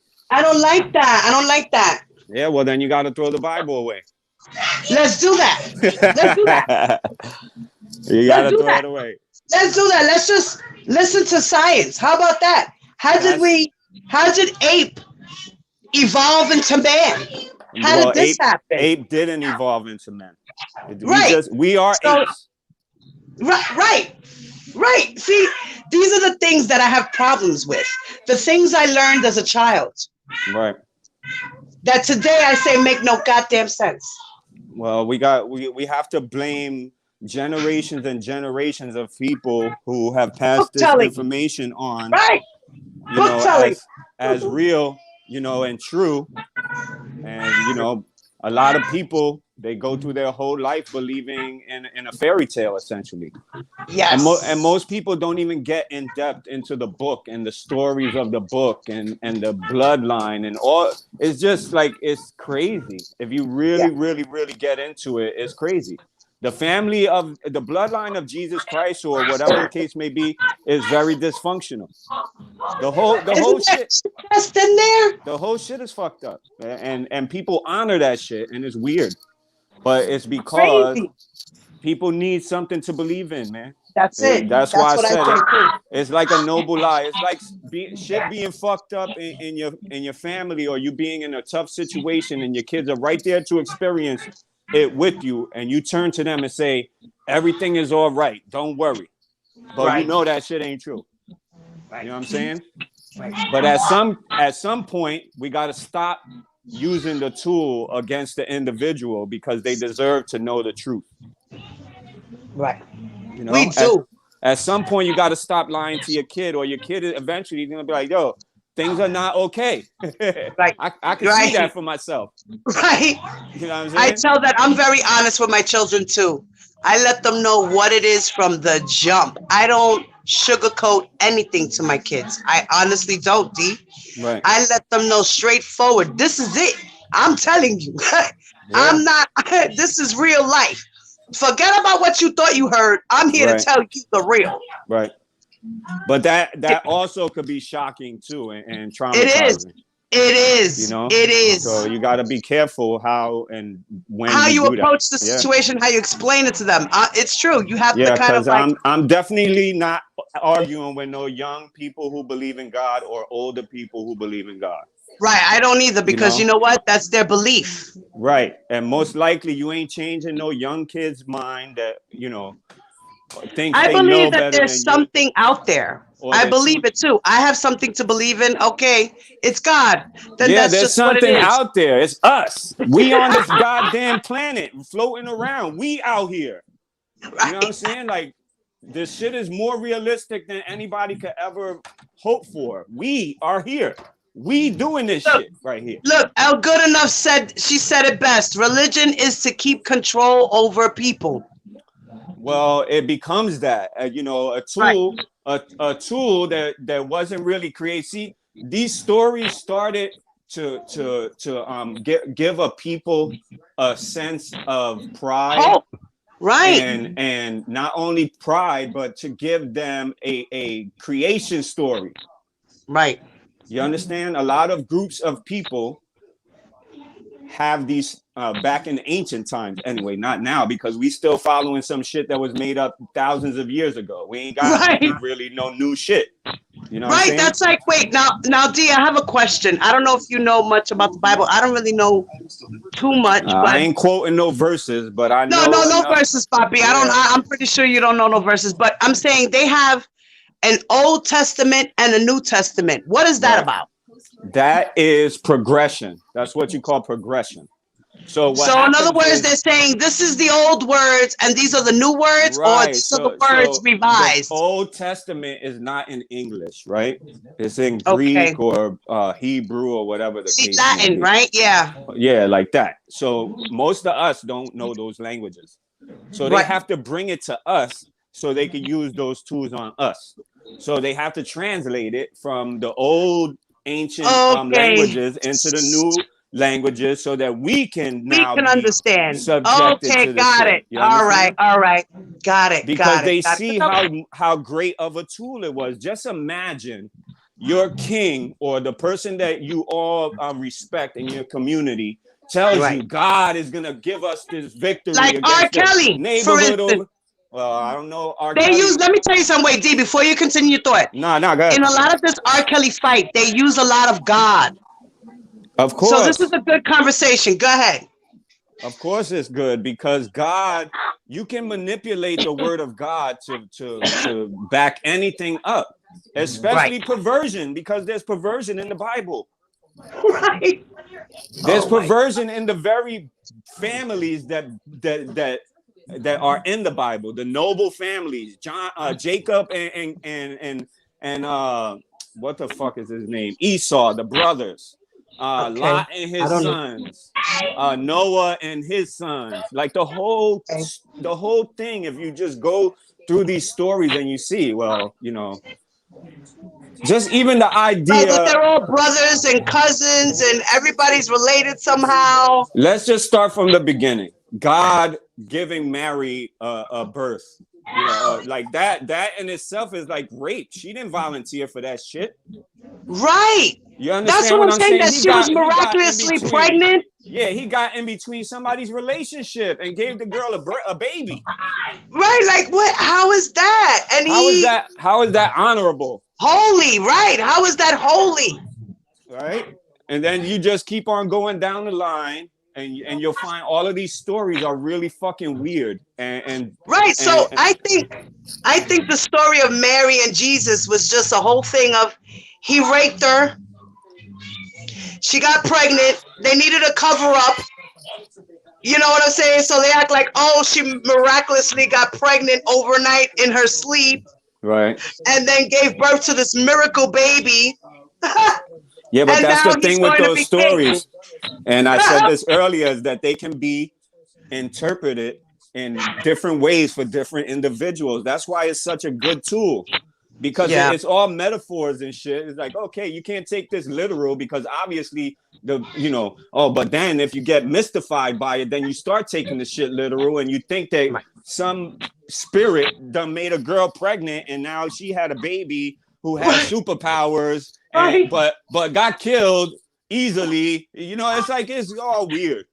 It's weird stories. It just makes no sense. That's why That's why now that I'm an adult, I look at the stories and I listen to the words that people preach and talk about the stories, and I say, but that shit sounds weird. Yeah, it's old like stories. I don't know. That sounds like this girl was raped and she just was what? Right. And no, something was not right. My interpretation of Mary getting pregnant was that her father raped her got her pregnant and told her this story. Nah, it was an angel that came in the night. You know what I'm saying? Like, oh, this is great. This is not bad. You know, you should be honored. God gave you a baby, and you're still a virgin. Who's God? Who's Jesus? Who's this man? And of course, she still had to be a virgin to go with Joseph because that's how they married women. It's like if you ain't a virgin, they don't. You had to be a virgin to get married. That's right. That's right. So she couldn't be not a virgin anymore because then she would be no value to Joseph. And of course, back then, motherfuckers was selling their daughters and making, like giving their daughters to the other kings and other, society so they could make trade and all of that kind of shit. Right. They started, and then they would have harems of wives and stuff like that. And that's where all that came from too. Right. So it was Who was the one with the harem of wives? Jacob, right? Shit was perverted a long time before R. Kelly came around. Right. Like thousands of years ago. This is why they use God in every phase that they can. Exactly. Because God excuses everything. It excuses everything. He's the maker of the bad and the good. So if you're the Messiah, bad, right? The Messiah, you're just going to learn the lesson and come out good on the other end. I've been saved. I learned my lesson. All of that bullshit. I can't. This is why my kids are atheists. But my kids have no religion. I'm sorry. If they want to become, if my kids want people. Yeah, if they want to pick a religion later in life because they want to get married to somebody who's Jewish, Arabic, or whatever, that's their choice. Like I'm not forcing religion on my kids. Or need to feel. Some folks need to feel like they know why they're here, what's their purpose, what's their connection to it all. You understand what I'm saying? Right. They can't live without that. So it's easy to identify with Christianity or Islam or any religion that tells you are this very special person. This is what this God or creator did for you. Right. But I mean, actually read the fucking Bible and see, like, he didn't do that shit for me. Right. This shit is played back from thousands of years ago. Right. He didn't do it for me personally. Like I haven't heard no new stories about God since then. Right. Except for the Quran, and the Quran is just a play off the Bible. Yeah, and El Goodenough had made a comment, and she said, yes, and Muhammad married a 9-year-old. Yes. What but the hell? That doesn't necessarily mean he was having sex with her.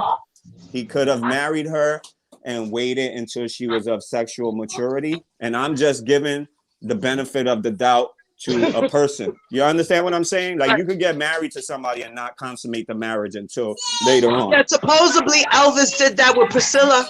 Well, I don't know what happened in these men's bedrooms. But, right. We don't because we were not there. But I do understand that Priscilla Presley said that she was 14 until she was 18, and then she actually had sex with him for the first time.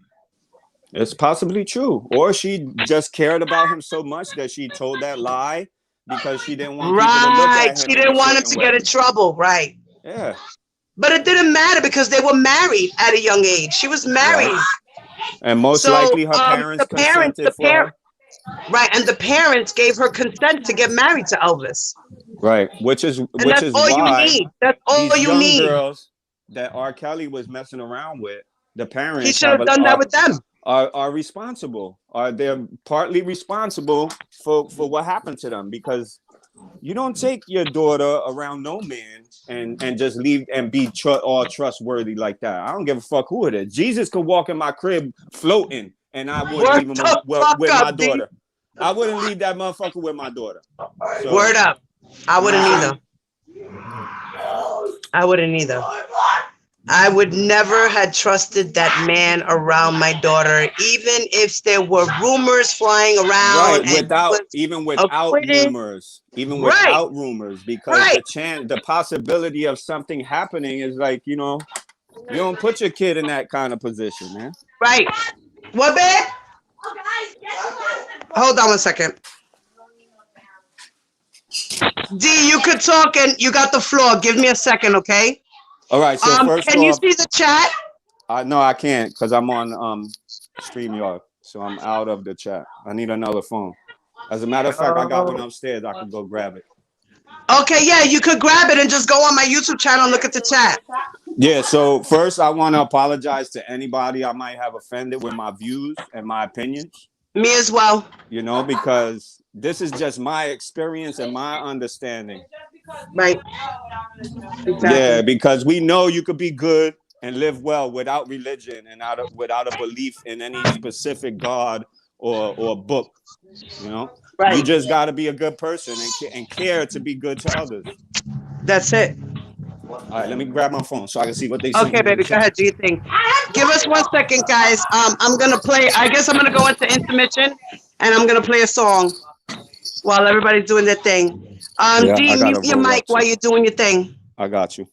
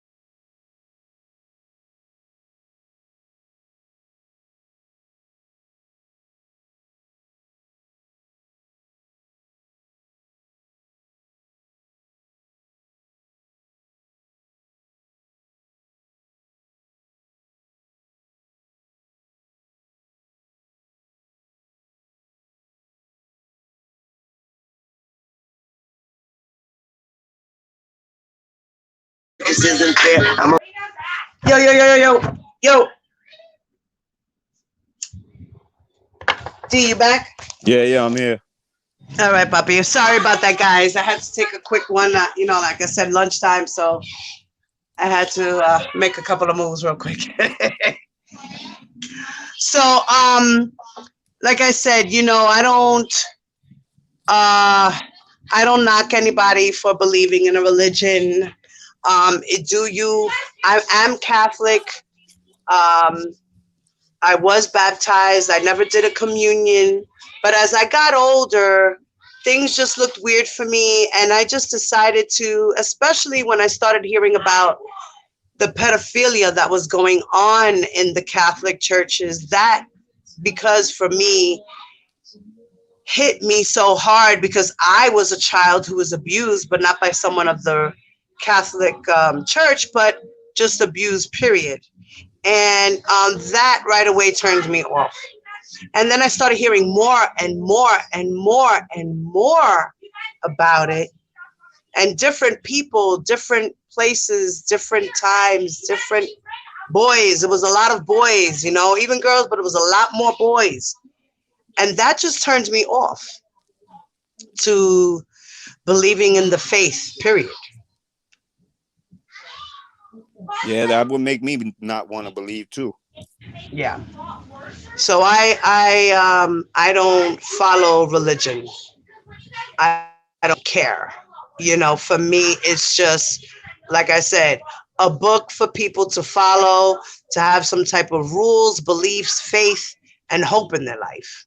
It's just like writing a bunch of quotes in a book and you follow them, because you feel like those words are inspirational. In my opinion, the book is very basic, It's like all of these things that you find in the book that say, oh, they give people good morals and, it teach you how to live and live right and all of this kind of stuff. But you can achieve that just by living in a damn community, right? So say, for instance, you live in a community of people. There's men, women, and children. You have a particular man who's showing some really fucked up attention to the little girls or whatever the case may be. Do you need to go and look in a book to figure out how to deal with this dude? Really? That being a pedophile and paying attention to small children is wrong. You don't need that shit. You just figure like, damn, this is my young daughter. She feels uncomfortable around this motherfucker. So he got to go. Right. Or he I have to take action or something. Right. Or he got to be talked to by the people in the community. Like, that you don't need a religion to do that. Basically, religion is like a record of good morals. I mean, but like I said, we've had these books and these, stories for so long. And that's why they gave us the 10 Commandments, right? Yeah, right. We're supposed to follow those rules, right? Because you can't figure out that stealing is bad without somebody telling you that stealing is bad. Right. What is it? Thou shalt not steal, thou shalt not want, right? Oh, you can't want anything? Damn. I didn't know that was one of them. Yeah, I believe thou shalt not steal, want. So what if I'm starving, hungry, and I'm about to die? I can't steal a piece of bread or nothing like that? In other words, you shouldn't steal it and you shouldn't be begging for it. What the hell? Right? Yeah, if I'm not mistaken. Anybody who knows the Bible well. I can't go with that. What are the 10 Commandments, y'all? Can somebody put that up in the chat? Because guess what? If I have a child and they're starving and crying and hungry, somebody's gonna get taken. You understand? Right. Somebody's gonna get robbed or stole from or whatever. The case something's gotta happen. I'm gonna sell my ass. Something's gotta give. Hell yeah. That's great. Sell drugs. Like, people do it because sometimes they have no choice. Yeah, all of these rules in religion are designed to help the people at the top, the governments or these religious cults, whatever. Right, that's what it is, religious cults. That's what I think be able to benefit off of these scared people. Oh, thou shalt not lie, steal, or cheat. All right. Honor thy mother and father. And how many disrespectful little pieces of shit do we have running around not honoring thy mother or father? Like, and how many of us lie, steal, and cheat? Some Like, mothers and fathers don't deserve to be honored. That too. What about that? Right? Like, there's so many things that we do not follow the laws of the Lord, right? Because we're supposed to follow these things in order to what? Get accepted into heaven, right? Yeah, This supposedly. is the whole purpose, right? Supposedly, except for nobody knows that it actually exists because ain't nobody went there and came back. It's just a story your ass need to Right. believe.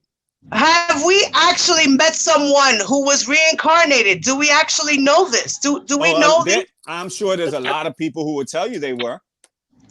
Oh, but Maria. Like, They and saw, how do we know they the fact saw on the that, light. right? They walked with Jesus. They saw their grandmother. I don't believe You know, none of like that. when people die for a few minutes and come back. Yeah. Right.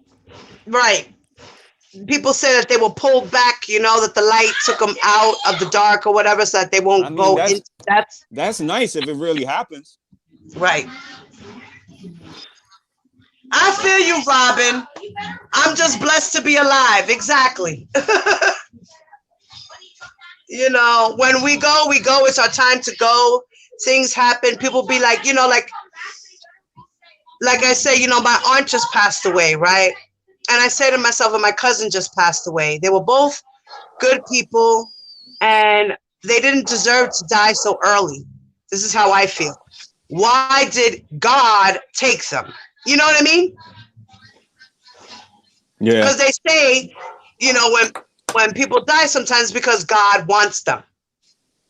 He needs them for the fight. He needs them to be their angels. Take all the good. Go take all the good people that we can't see or know what they're doing anymore because we can't see any progress that the angels are winning any kind of war in this metaphysical, you know, God, angels against the devil's war. You know, so take all the good people that could possibly make things here on earth in reality good, and let's fantasize and believe in the fairy tale that after we die, we're gonna have all this stuff that we had, and we ain't gonna have to work so hard and all of this. Right, we're gonna be forgiven. He's gonna forgive us of all our sins, and we're just gonna go. Yeah, but and even that in itself, if you're gonna be forgiven, then do whatever the fuck you want to do, and then on your last breath, just say, "God, forgive me," and you good. This is why I feel R. Kelly. This is why I feel R. Kelly uses the religion. He uses religion because he grew up in religion. It's all Besides he knows. He knows how to manipulate the word of God to say, you know, like he will be forgiven. It's all good. That may be true. His followers. But we all use our words. But we all use our words in some form of manipulation. You know. Right.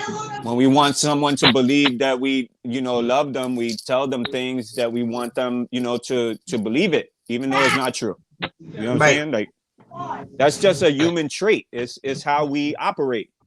Yeah. And it's crazy how it's true. We are programmed. People are programmed. We're all fucking programmed, man. For sure, we're programmed. I mean, we are a species that learns from the people who come before us. When we're not born with innate instinct that we don't, you know, we just go get food, go get water, like, you know, like most animals. Look at how the cavemen had to survive. Right. So they had to learn how to make a wheel. They had to learn how to make a knife. They had to learn how to make tools. Right, but the idea of the wheel could die with the person. If he don't teach it to somebody else, that shit is gone. You understand? Right. And then we gotta wait for somebody else. That's how everything evolved. Right. That's so when we continue to teach our children and the people coming after us what we have learned, and the problem is that over thousands of years, we learned a lot of fucked up shit. Yeah. You understand what I'm saying? And life is fucked up in itself. Right? We got to understand what life is. Life is a calamity of violence. Like we literally eat each other on this motherfucker. Right. You know, Right. it's a planet full of killers, all looking to survive off of the other one. So, I mean, Right. just to take ourselves out of nature and to put ourselves on this pedestal as if we are outside of it and in control of all of it. And, you know, look at the fucking grand mess that we have made, you know, Yeah. in civilization, because we think that we're better than, you know, the other The next animals race. that Right. The God next race. gave us Right. dominion over, to just go and Right. fuck the world up as we please because it's our God-given right. Right. Oh boy, I tell you, religion is tough. Life is tough. And this whole mess with R. Kelly is tough. And You know, I believe that women a very long time ago had a lot of control over civilization, but I think through the advent of invention and learning, you know, how to do stuff, and men learning that most of that is done by men, because men have the brute strength, yeah. and they're mostly away from the children, so they have the time to think of all of these kinds of things, you know, innovations for life and to make life easier and more comfortable and all of that kind of stuff. And at some point we crossed the threshold where it went from good to really fucked up. You know what I'm saying? Because we have just inundated ourselves with all of this convenience, and nobody wants to do shit That's anymore. the problem. Convenience, and it made everybody lazy. Facts. Right. And the Bible is another form of convenience, because you get to lean on that shit when you don't feel like being responsible. Right. Right. Right. Yeah. It's Or God. taking God is accountability. making life happen. I'm just following what God wrote for me in my life and all of that kind of stuff. Right. You just essentially we letting life happen to us, and we're not doing what we know is right. We're just doing what is comfortable. Right. We're doing what's comfortable. Yeah, I agree with that. Living is hard work, right? Just Yes. take away all of the stuff that we have going on and just boil it down to our necessities: water, food, shelter, clothing, right? Yeah. Yeah. That in itself is hard work. If you got to do that, worry about that shit every day on your own, and you ain't working at a job to, you know, get money so you go to the store and pay for the shit, right. then Right. your ass is in the forest looking for wood, looking for water, you know, getting all of this shit on a daily basis. Life is not sweet. You know what I'm saying? And we have been duped into thinking that if we follow a religion, or and we the follow grass is not always greener on the other side. well, sometimes it is, but guess what? Your ass ain't standing there. You standing in your grass, so you got to cultivate your own motherfucking grass until the person gets off of that grass, and you be like, oh, I could take over this grass. Yeah. Yeah. Yeah. This was a very interesting conversation. Thank you so much, Di Centavo, for your centavos. Yeah, no doubt. I know I sound a little crazy to some people, but you know, I like to listen. You're real, and I love it. You already know we real. That's it. Yeah, I like to base things on reality, because that's where things happen. Right. You know what I'm saying? And a lot of these people in this R. Kelly sector are delusional. Well, I think people support R. Kelly for various reasons. What do you think?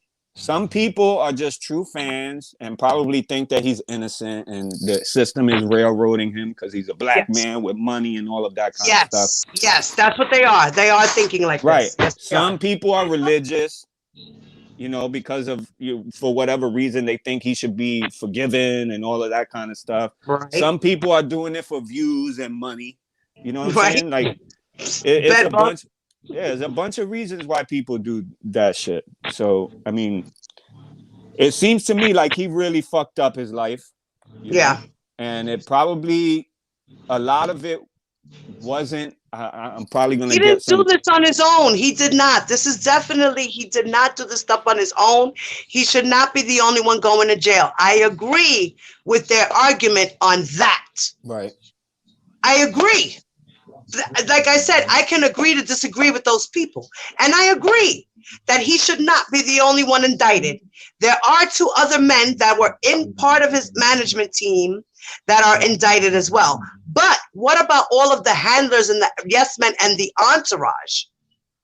Yeah. Those people, a lot of those people actually got immunity to testify against R. Kelly. Well, that's just how it works. You know, the prosecutor has to turn some people and work with them so that they can get more information on Exactly, the case. like Demetrius Smith. Demetrius Smith should be under the jail right next to R. Kelly. What did Demetrius do? Demetrius supposedly groomed R. Kelly. So he says. Groomed him Demetrius Smith was the man who would go to the school with R. Kelly and say, hey, girls, R. Kelly's outside around the corner. And all the girls would rush out and they would go meet R. Kelly. He was like the enabler. He was the one who said, you can have all these girls. Was he just doing what his boss was telling him to do? Basically, that's what his boss was saying. Right. So people in desperate situations, right? Because we got to understand that everybody is in a race to get money and have a living and all of that kind of stuff. So right. I'm not excusing anybody of their behavior, but when you have people desperate to make money, they make poor decisions. Yes. You understand what I'm saying? So he might not have even thought that he was doing anything wrong at the time. Right. He was just giving R. Kelly some exposure with the young people, get them to buy his album or whatever the case may be. He might have never known at that point he was going to create a monster. That R. Kelly had these issues. Right. With being attracted to young girls. You understand what I'm saying? But the manager himself was attracted to young girls to where he even had a 17-year-old girl pregnant. Exactly. And many men are. But on the flip side, a lot of older women are attracted to younger men. Yes, this is life. Right. So we got to understand society's perversions. You understand what I'm saying? Like we harp on the men because it's obviously done more by men, right? Right. And most young men who are being hit on by older women, they ain't gonna go and say, yo, this woman took advantage of me or anything like that. They think it's cool. They see it as brownie points. Shit. Right. They enjoying the shit. So we as that's where we need to separate the boys from the girls. You know what I mean? Like and there's a lot of ways to do that too, you know? Yeah.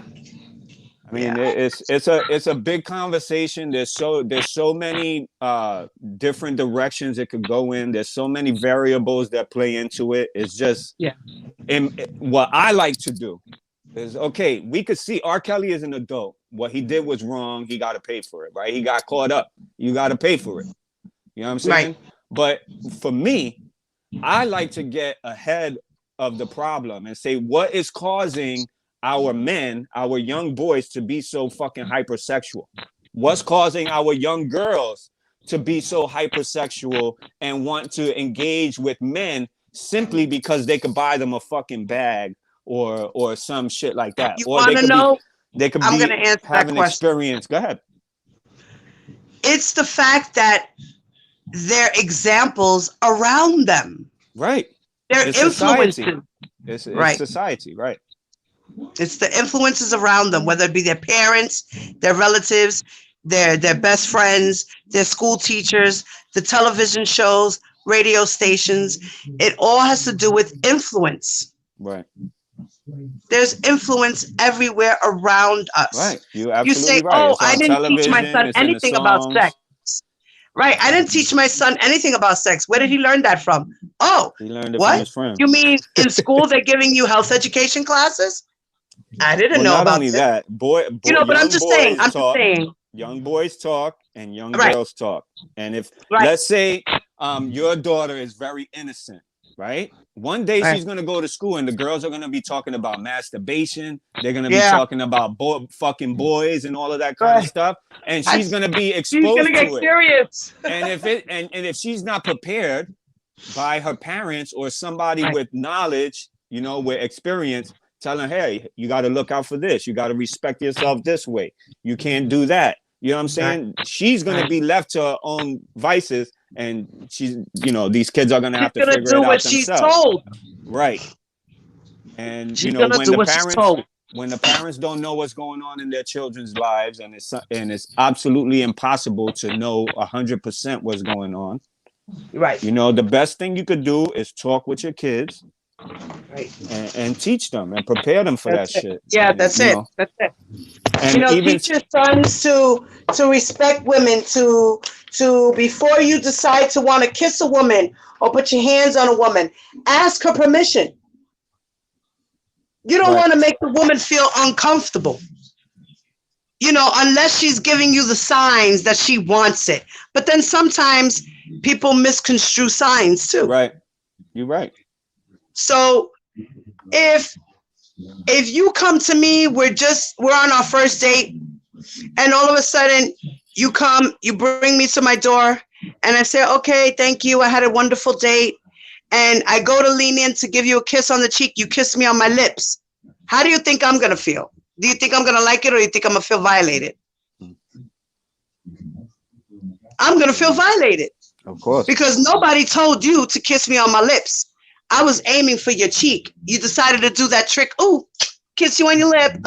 Yeah, but No, Nick, you just violated me. what I if he did not thought give you what if he thought permission. you were gonna be receptive to it? You know what I'm saying? Right. See, that's the problem. That's why I'm saying you should always be a gentleman and ask the woman first. Yeah, but see, that's when it comes down to the individual, because you might feel that way yourself, but another woman will be like, "Yo, he got to make the move." You know what I'm saying? Like Right. And if I not, can't then tell a him woman. what to do. Nowadays, women are so bold; they make those moves. Yeah, that's true. But Women these days are more bold than back in the 60s and 50s. but why is that 70s. now? Why is that now and not before? Because That's because of all the influences. Look at all the female artists that done been on stage, comfortable, half society naked, has showing changed. their Right. bodies. Right. Right. And now we're Saying following. sex is good, sexuality is good. Feel proud of your body, show it off, you know? Yeah. Well, I don't agree with all that. So No, me either, you know, but that's society today. Back then, women weren't even showing their leg. You know how they used to do strip teases? They used to do strip teases and take off pieces by piece. Have you ever seen that movie Gypsy? no. Okay, this is a movie for everybody to watch. Gypsy. Great movie. It's about a young girl who became a stripper. Okay? But she was a classy stripper. And back in the days, this is how they used to strip.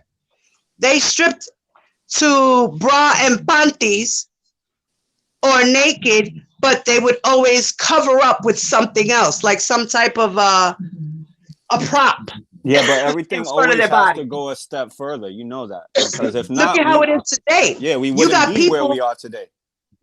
right? You got girls who strip on stage, and then now they even go into VIP rooms where you can do a whole. The girl could get touched.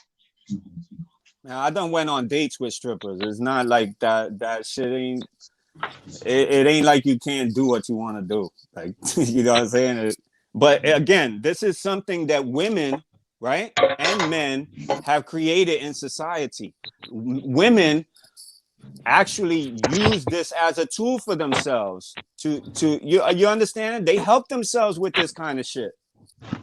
So when we're judging these women and we're judging these men, we that's the I like to consider the thousands of years of conditioning in society and civilization as to why we are where we are now.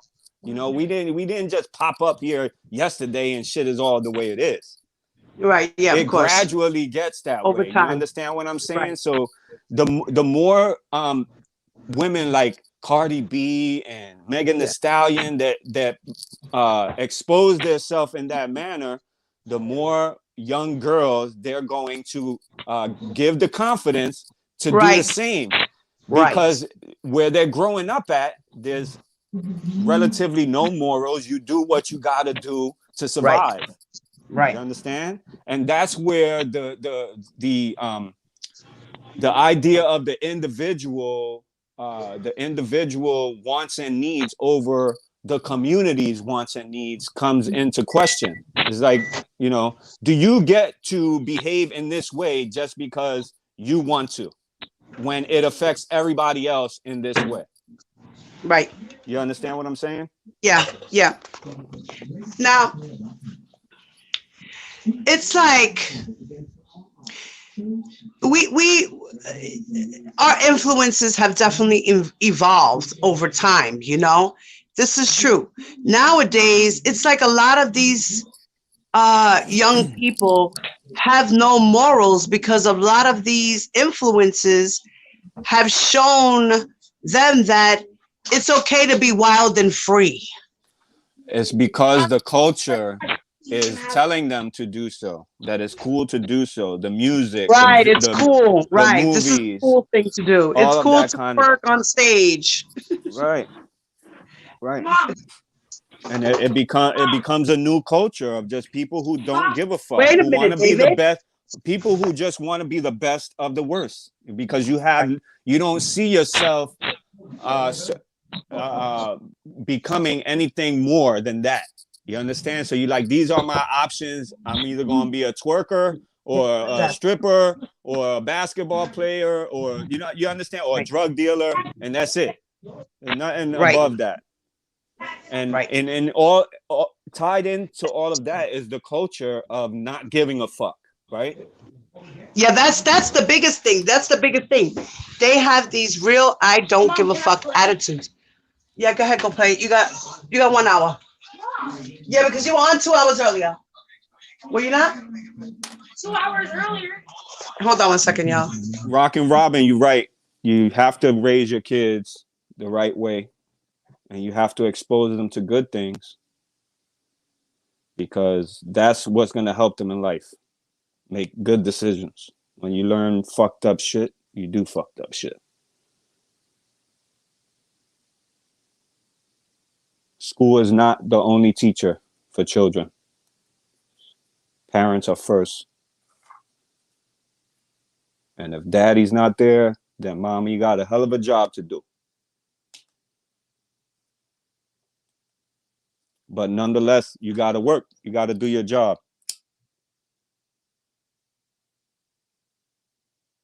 And if religion helps you do that job better, then, you know, hats off to you and your religion.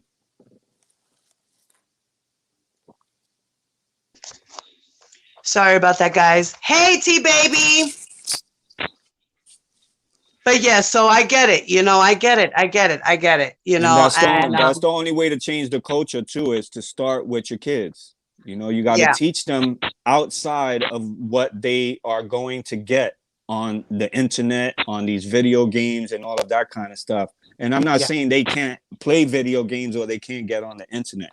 You just have to be aware and monitor what they watch. Yeah, and talk with them and ask them what they think of this and what they think of that, so that now, they my understand. son's always coming to me with things. He goes, Mom, look at this and check this out. And I go, oh, God, don't believe the hype. And I got to tell him, that's not a true thing. These are just called conspiracy theories. And this is that. And I have to break shit down to him because I don't want him to believe everything he sees on the internet. Right. You know, these kids get very influenced by the internet. Well, the internet is a bad place if you don't have proper discernment. You got to be able to see what's not good and what's good and what's entertainment and what's true and what's false and all of that kind of stuff. Because if you can't, you're just going to be left believing a whole bunch of crazy stuff. And then you're going to be talking to people about it and they're going to be looking at you like, really? What? Where did you get that from? The world is flat? That's all they'll be side-eyeing you like, what? What? The world is flat? What do you mean? Well, this was a great conversation, guys. Please make sure you hit those like buttons. Don't forget, if you are not subscribed to my channel, please subscribe to the channel. Hit the notification bell as well. Hi, Ashley. She said, yeah, hurt, Mama. Really? TTYS, but sometimes not Mama's fault if your children have outside influence. There's always outside influence. Right. All their friends, I got to take off my glasses. all their friends tell them things they don't need to know. Yeah, That's true. They learn from their outside influences. This is facts. Yeah, well, you can't really do anything about that unless you change the environment that you live in. But even in that, if you change the environment, your children are going to come in contact with other people, and those other people and sometimes you are can't going to know control it. stuff Right. that you don't want your kids to know, and they're going to share it with your kids, which is why it's important to be upfront and honest with your kids, so that they don't think that mommy and daddy is lying to them, or that they don't think that they can handle the truth and reality of the world. You know, your kids will look at you like, what, you think I'm dumb? Right. You know, like my kids do that all the time. I'll be like, yo, do you know this, and that? And they'd be like, do you think I'm dumb? Right. You know, I was but at the born same last time, night. as parents, we have to. Kids always think you're born at night. Yeah, right. They always think you were born that night last night. Right? They came later, but they're smarter than you.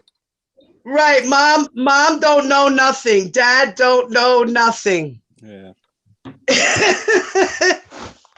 We're just parents who just want to be mean and want to not let them do what they want to do. Well, it's the nurture. I was one of those kids. That used to be like that. Oh, mom's just being mean. She don't want to let me do this and do that. She's being mean.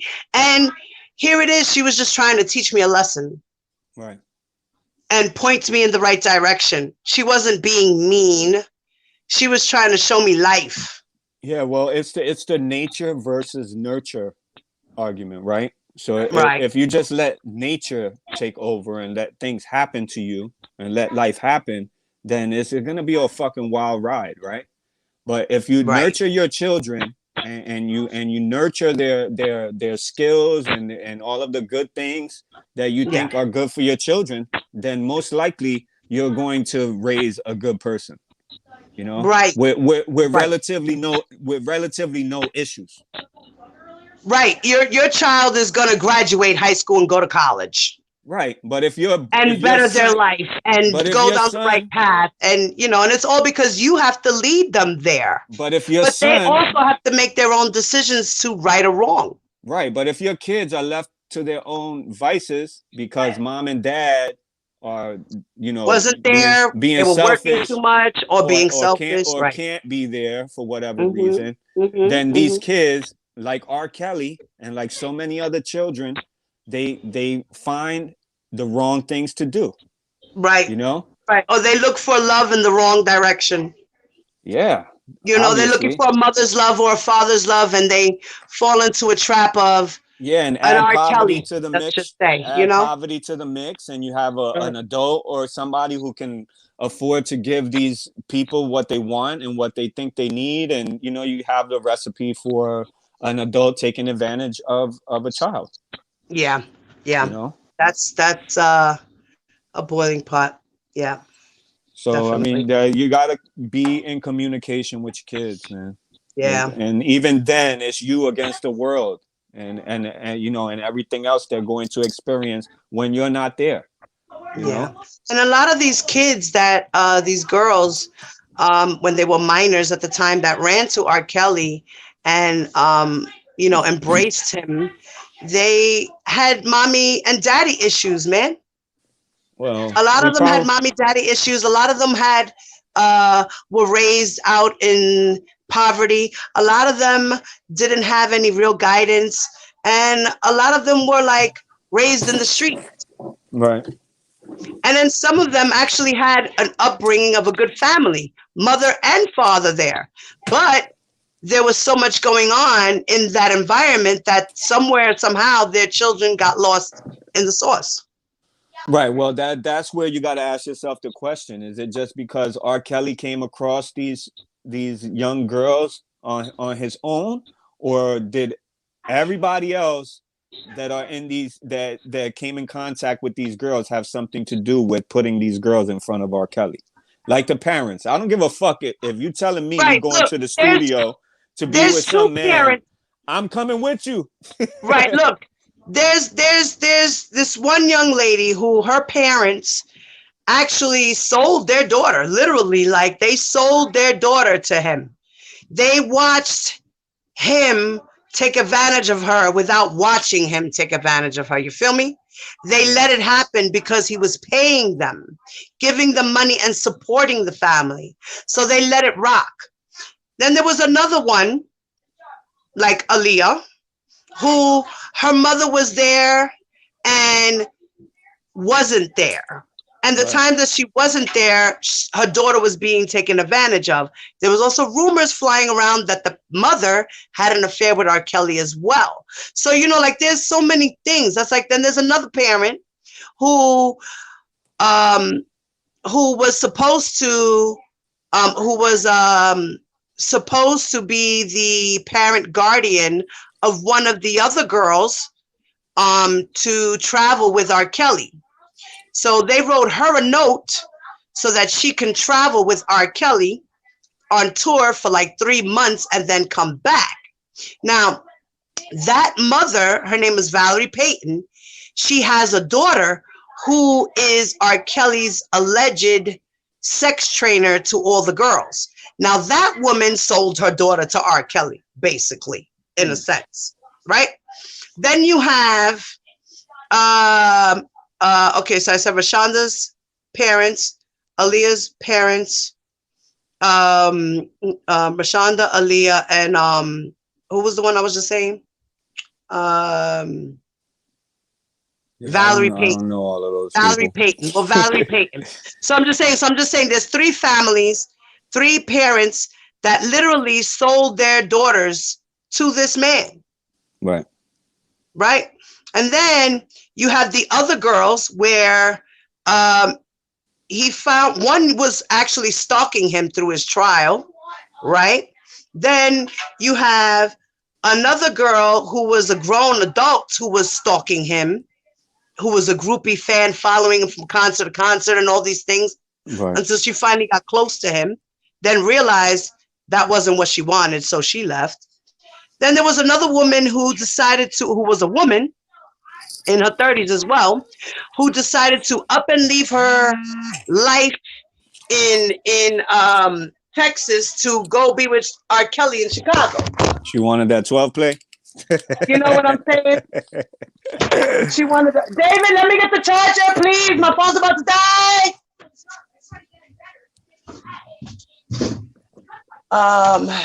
And then you have that young lady, right? That woman. And then you have the other 2 girls, Joy and Az, who had a mother and a father, and their upbringing was pretty decent according to the family. You know, they didn't have a hard life. These girls had everything they wanted.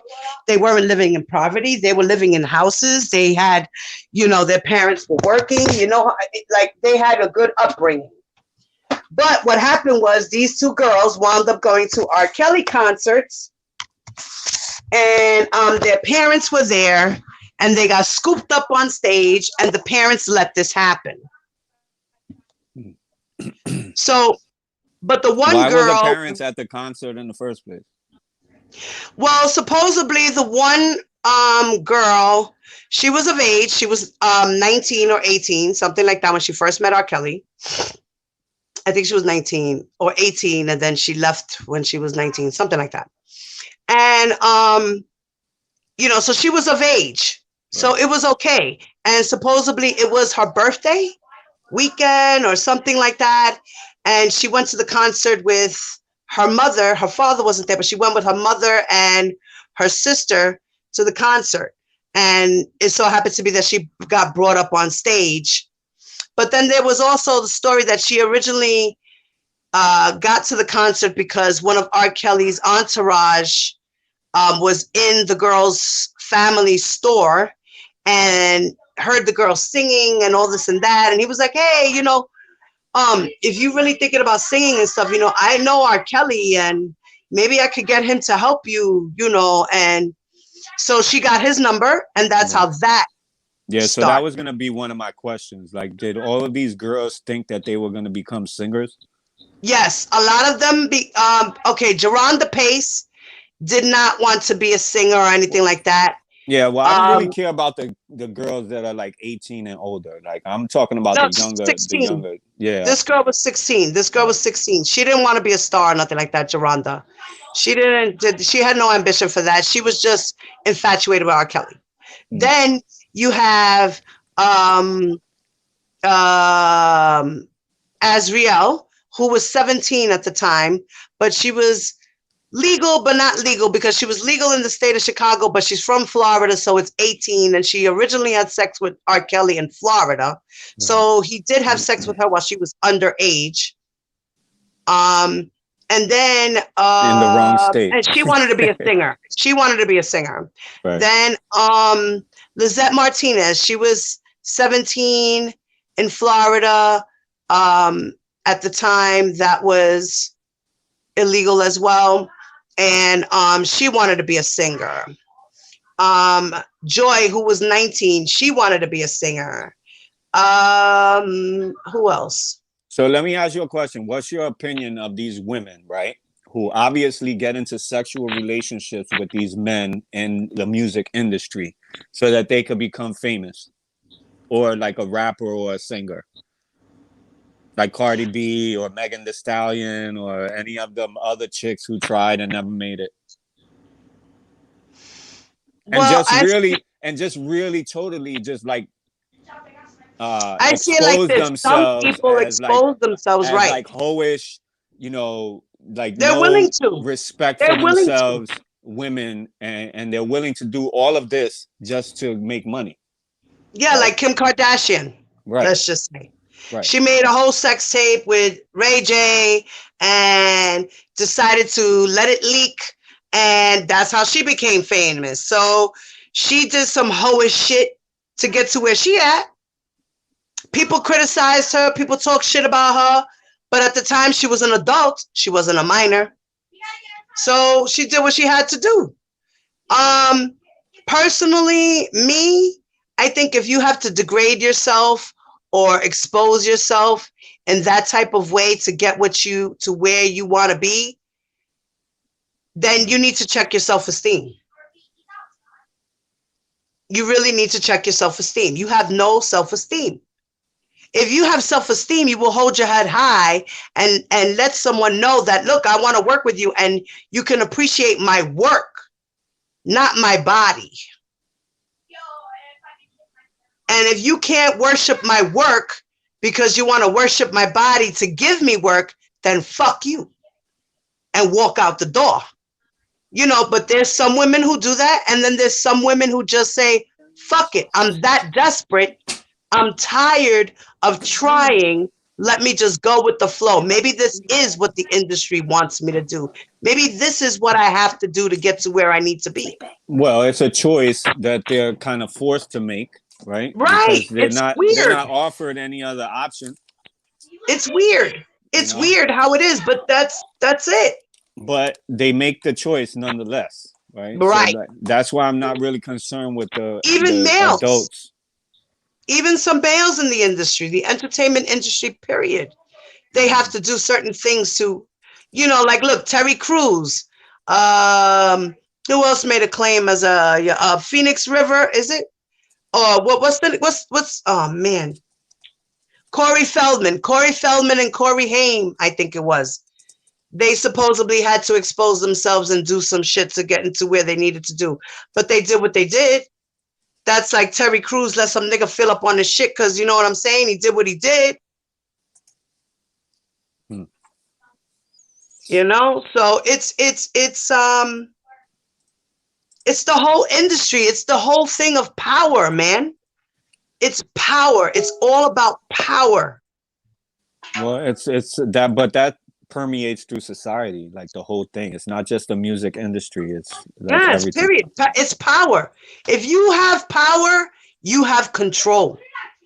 Well, and you also have perversion, because when you have power and you have control over stuff, you basically feel and do. And I mean, basically feel like you can do whatever you want. Whatever you want. And most likely you do it. Yeah, because you can throw your money around and people will shut the fuck up. For the circumstances, right? Right. It's crazy. And that's why I say, like, R. Kelly is doing what society has taught him. Hey, Rebecca. You know what I mean? Yeah. Hi, Rebecca. She wants us to free R. Kelly. Oh, that's Rebecca. Hi, Rebecca. I can't afford that bail money, Rebecca. I'm sorry.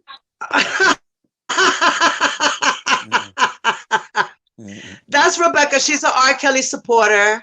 Yeah, that's cool. Yeah. She says, you guys are mad because y'all follow a one-sided white TV series. She talking about surviving R. Kelly. Yeah, and now y'all not making any sense. Just free R. Kelly. I never saw that, Rebecca. I never saw that documentary. Thank you, D. Let her know, please, that you are a non-biased person. You are coming in with just common sense. And I love R. Kelly's music. I sing that shit on a daily basis. Free R. Kelly. Free his music, his catalog. I don't give a fuck about him. Okay. So, Rebecca, just to let you know, on this side over here, yes, we do see both sides. But me personally, I see him as guilty as hell, in my opinion and in my view. And this is just my opinion and my view. My brother over here doesn't give a fuck. He's just throwing in his logic and reasoning. Okay, so just to let you know, all right? And then she said, what? She says series, and now y'all not making any sense. Just free R. Kelly from all this bullshit and pay him his money. That's it. That's all. He is getting paid his money. What are you talking about? He gets royalties. He gets $800,000 a year in royalties. And that's not even including what Sony plans on holding for him. Like, and he's not getting that money because right now he has to finish paying off his bill for his suit for the housing for the. He gotta finish his court case. Damn it, that money ain't gonna mean shit with him fucking convicted of all of this bullshit. Right, all his money is going to his lawyers and everything else. What does he need money for? He's in jail right now. But what does he need money for? His money is going to what it needs to be done. How do we owe him money? Yeah, it was a kid. Get the fuck out of here. That's his responsibility. Wait, what? Yeah, right. What? Okay, wait, hold on. Adult responsibility as an adult. He should have had self-control. Exactly, Robin. He should have had self-control. Yeah, that's right, 100. Watch out, guys. They're going to start coming in if they do. Just watch it. I don't care if they come in. Just, you already know, my mods, my girls, y'all already know they could come in. Just don't be disrespectful. If they get out of character, y'all already know, chop them bitches. That's it. Yeah, well, Rebecca has to understand, right, is that we know R. Kelly is a human being.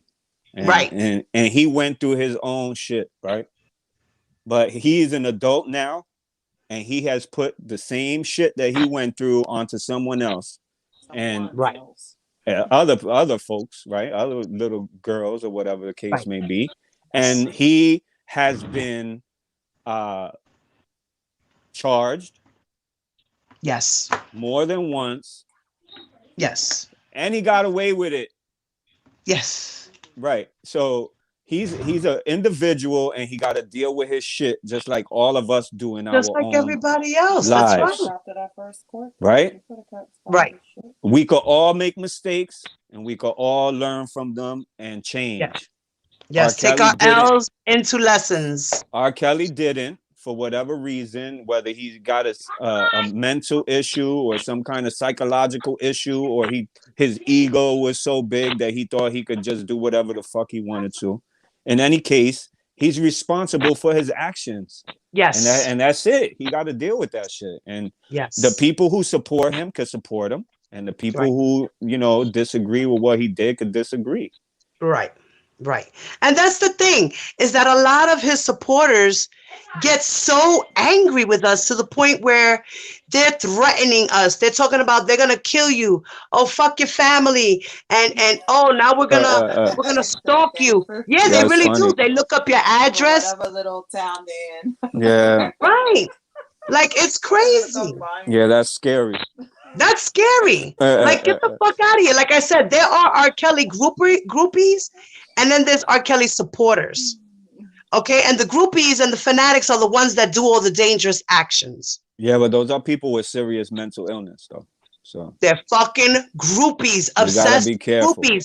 They are stans. That's why I don't put my that's why I don't put my picture on here. I feel that. I feel that. And I've been on here for like 6 or 7 years, right? On YouTube. Plus, your wife don't want the women. I'm not putting my damn. That's picture. Right, wifey. Let him know. Let him know. She heard you. Yo, ma, yo, why I thought you fucking I hadn't seen from D or heard from D in a minute. I even had texted him a couple of times like, yo, I'm going live. And he didn't respond. I was like, oh my God, Bendito, I think she killed him. Nah. I was like, either that or she trapped him in the closet. Nah. When I got those emails, I was busy. I couldn't jump in. So Okay. I get it now. But I was saying I was worried for you, brother. I was like, damn, what he did now. Damn. Nah, like I said, I've been fucking around in YouTube for like 5 or 6 years. And at first she didn't like it because I spent a lot of time in the chat and talking shit to people. But eventually she understood, where I was getting with it. You know what I mean? Like it's all about the history and all about understanding religion and how it can service people in some ways, but it can also be a big disservice, so and it's a big outlet, like, to be able to talk to people about shit and not have to worry about them catching feelings or really being able to block you. You know what I'm saying? Like this. Right, exactly. The shit on Facebook, I used to say shit on Facebook when I was on Facebook, and motherfuckers used to just unfollow me, block me from looking at their shit. Like, you don't want people to disagree with you. You need to go sit in a corner. Right. D, how many times on Facebook was my page reported? A lot. A lot. Time. How many times did I have like 3 or 4 fucking Facebook profiles, bro? Yeah, right. Like, this is stupid. Like, listen, if y'all really that butt hurt off of my posts, then fuck you, unfollow me. Why you gotta report me? We gotta be able to have a conversation and be able to see both sides of the argument. Even if there's multiple sides of the argument, you have to be able to sift through all of that, because if you don't, when you don't give people a chance to say what they think or what they believe, it's frustrating, right? Yeah. And not to leave out that you might miss a very important part of the solution. You know what I'm saying? Like, by not letting an individual talk. So we gotta hear everybody's side. Everybody's side. Right. That's what I say. Rebecca saying that, we're only hearing one side. This is not true. Let me tell you something, mamita. I read all articles. I watch all channels. I actually paid for documents, to research and look things up.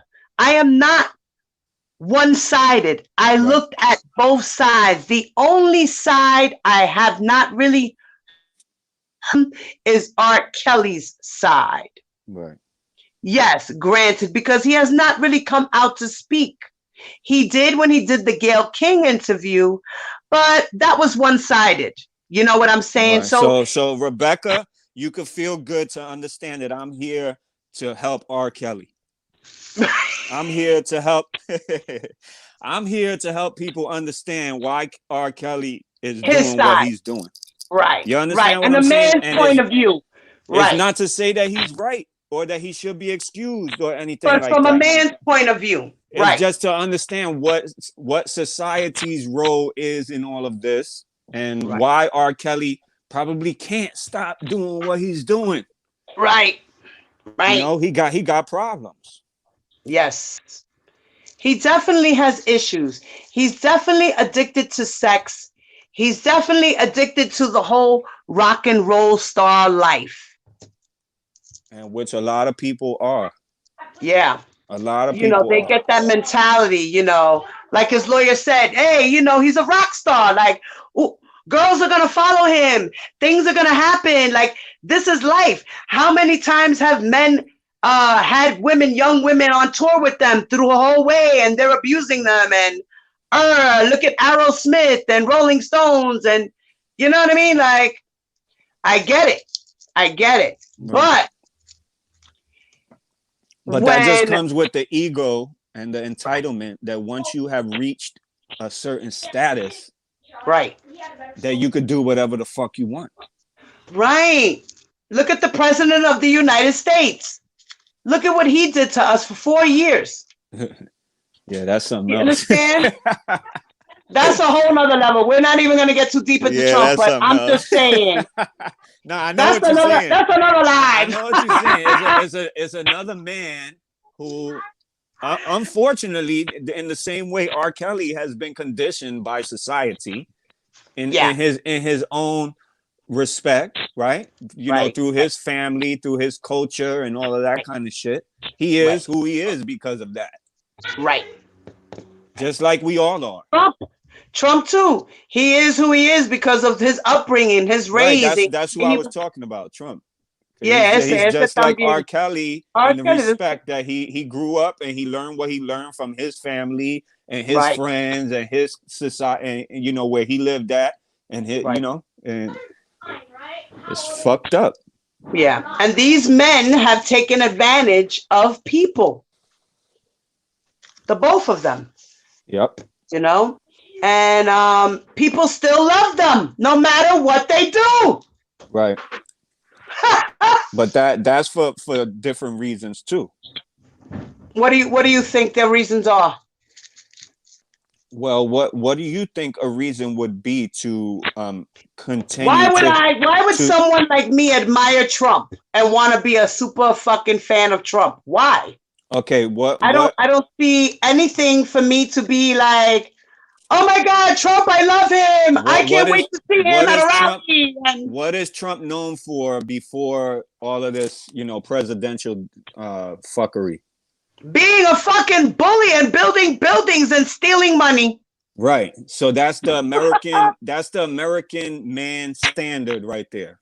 So right away, the Proud Boys, right? The Proud Boys, not just the Proud Boys. It's black men that support Trump.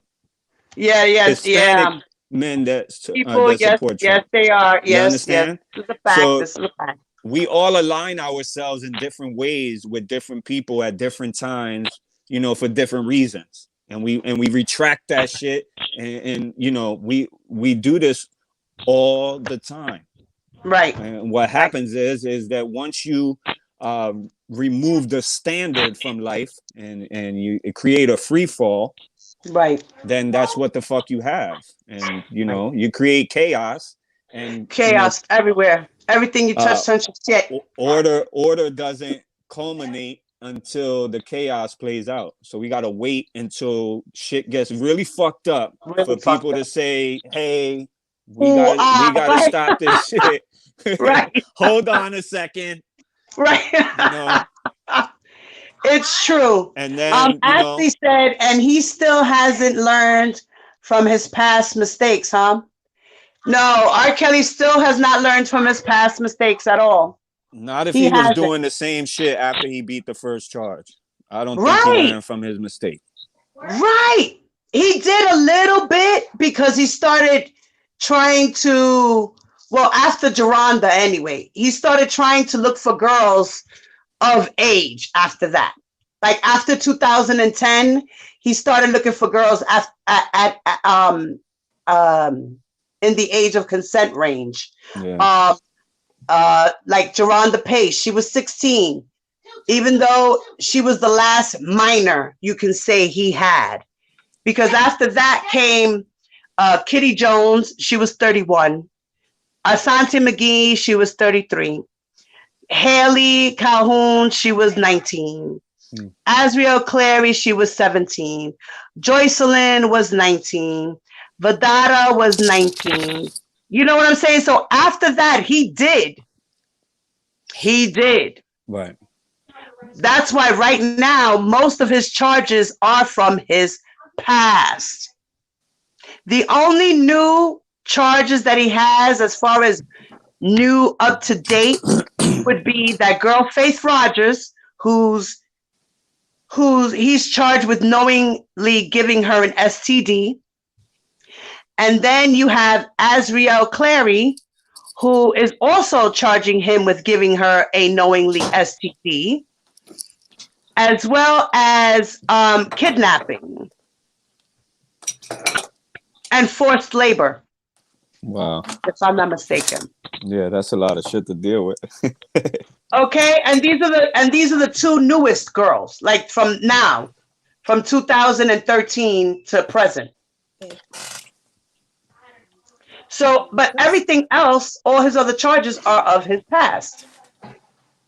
From the 90s up until the middle 2000s, up until his trial. Even a little after his trial.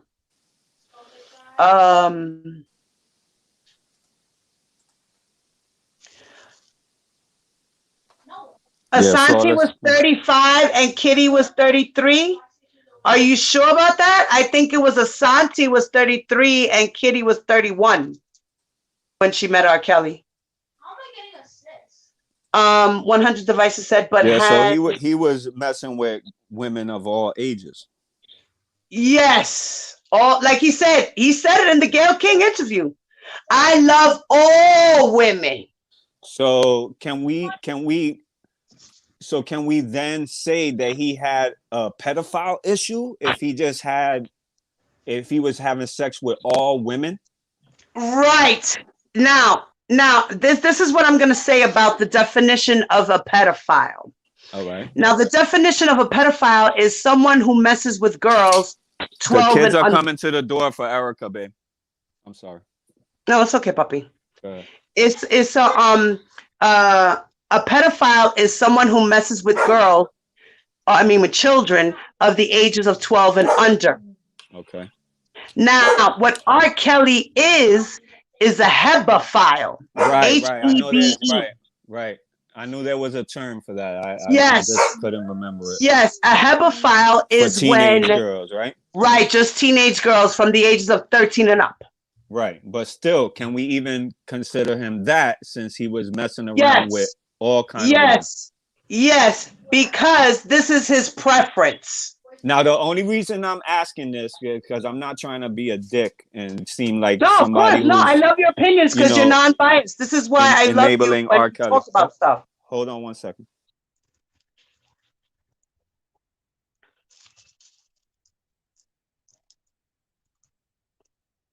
So like I said, R. Kelly is what we call a hebephile. And if you look it up, one day I'll talk about it. I actually have the whole meaning. I took the thing out, and a hebephile, like I said, is someone who messes with a young girl from the ages of 13 to 18, or 13 to 17. You're welcome. So he is what we call a hebephile. He has a preference, which is teenagers, the ages of 13 to 17. He likes this range. How do we come to that conclusion, though? Because now, listen, it started out with him doing that way. I don't know the whole story. Like, I don't know the details to the story. I know that story. He's been all right, now say for instance. And we don't gotta run down the whole story. I'm just saying, like. No, I'm just gonna break it down quick. Look. Yeah, go ahead. Yeah, I'm gonna do it simple. Now, back in the 90s, he did mess around with a couple of women and girls. He did do this. Like he said, he does love all women, but he likes women who look young. So say, for instance, one of the girls had mentioned that she was 31 when she met him. And that she told him, because he asked, how old are you? And she said, I'm 31. He said, 31? Wow, you look like you're 19. God bless you. Like, I like that look. I like when they look young. Mm-hmm. He said that. So therefore, he continued to see her because she looked that preference. Okay, so how many women in the chat like old men? Put a Me! one. I'm kidding. Yeah, nah. I know what you're saying though. Like if he has a preference and that's what he started off with, and Right. later on, due to whatever charges, he changed up to make it seem like he was going with older women, or that he, didn't have a preference for younger girls. Right. Then I could understand that. Right. Because this lady that I'm talking about on the live, her name is Carlita Hodges. Like I said, she was messing around with R. Kelly before he became R. Kelly. Mm-hmm. And she was older than him. Okay. So she liked him and she dug him and she helped him to push his career. Did she look like a young And girl? she looked young. Right. She looked young. All right. She So had the build. the She reason had why I the asked build. that question, because like honestly, who's attracted to older looking people? Like you're gonna look for a younger, if you could find a woman that's 32 or 37 and she looks like she's 24, like that's a bonus. Right. Right. Right. But Right. if he had already had a history of dating younger girls like under the Right. age of 18 before he Yes. started like really showing that he was interested in older women his age or closer to his age, Right. then yeah. Yes, and he did.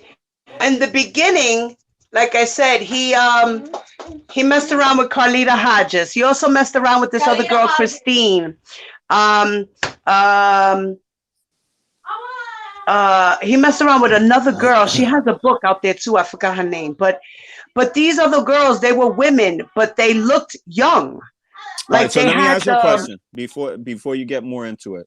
Where yeah. does Aaliyah fall into this to the chronological timeline? Like where does she like is she the first young She's girl one that of he the messed first. with? She's one of the Is she the first. third?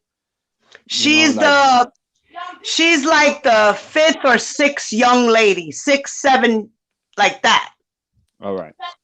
So Because at that was first, what early he in his started career, doing right? before he met Aaliyah, he had messed around with a young woman who was an intern for him, and he also messed around with another girl who he got pregnant and forced her to have an abortion.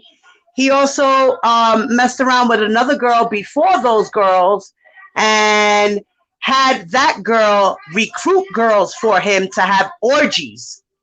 These girls were actually having orgies with him and his entourage. She was known as the cable girl, is what he used to call her, the cable girl. Right. And these girls were all before Aaliyah. Now, this last girl, Tiffany, knew Aaliyah because she was her backup singer. Once R. Kelly started seeing more interest in Aaliyah, he dropped that girl, Tiffany, like she was a bad habit, like a piece of shit. Now she's a trapo mierda. I don't need that little ass no more. I'm going to get her over here and I'm going to make her a star. And I'm just going to use these chicks, but I'm Yeah, going to but marry her. Estelle, I mean, Diva, listen, in this instance, like with the whole thing with R. Kelly, right? Is he not just behaving the way the whole culture is telling him to? Like all this guys are messing He's around and abusing doing them all of these kinds of physically things. he's abusing them physically and mentally. It's Right. not like he's just going into relationships with these girls and just Okay. getting with them. And like I said, all of these girls he never brought out into the spotlight and said, "This is my girlfriend." Right. They were all hidden. Right. Normal superstars who have young girlfriends or even older girlfriends show their girlfriends off. Well, maybe he didn't consider them girlfriends. Exactly, but this is what he said to them. Right. So this is their mentality. I'm his girl. Why can't I go outside? Why can't I speak to my family? Oh, he's protecting me from the bad people. This is how he convinced them. Yeah. I'm just concerned, is this like a narrative that's created You know, No. because of the circumstances. You understand what I'm saying? Because did these girls actually come out and say this is what happened? Yes, there was a 7 hour disposition in the girl Tiffany Hawkins case. And along with that disposition, there was like 5 of the girls who were part of the group sex who under oath spoke their truth and then wound up settling out of court with her. R. Kelly wound up settling out of court with her to the point where he even tried to get his homeowner's insurance to pay her shit off. Right. Right. Like if you weren't doing wrong, what are you doing settling? What are you doing? Well, that's the thing. The option to settle is there sometimes to help the criminal out of, you know, of doing Right. you know, of responsibility or being held accountable, or to further protect the image of the person who might Right. be innocent. No matter what, right? it's still to protect his image.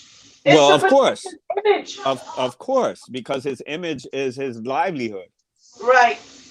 You Right. know, And so I think Sony should be sued for fucking letting that nigga rock all those years and helping him pay off his lawsuit. Okay? well, I'm sure And for me, Sony's for me, yeah, Sony were enablers too. Okay? I'm sure they were. They were enablers. I'm sure Hold they on were. a second. Give me a second. D, you can have the floor. Yeah, they don't care about R. Kelly as an individual. They only care about him as a source of revenue for their company.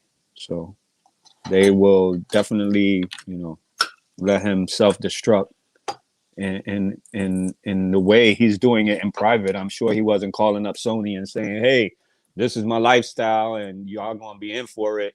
You know, you're gonna lose a whole bunch of money in a little while.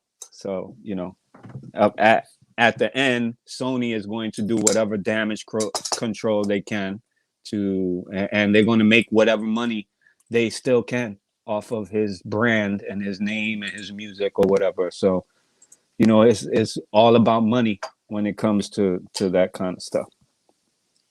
I mean, if they thought they had a better investment, maybe they would have tried to help him in his defense.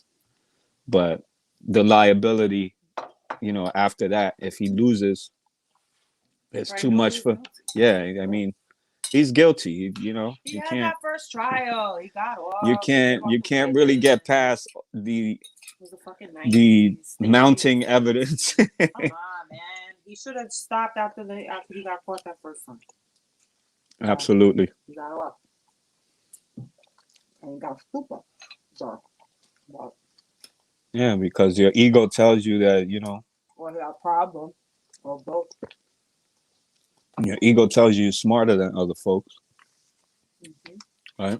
Mm-hmm. Or that the people that you think are loyal to you are going to remain loyal, even, you know, presented with the possibility that they might go to jail.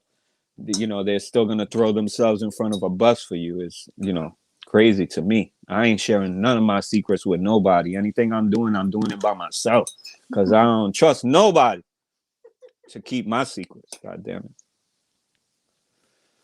I keep it secret. But yeah, I mean,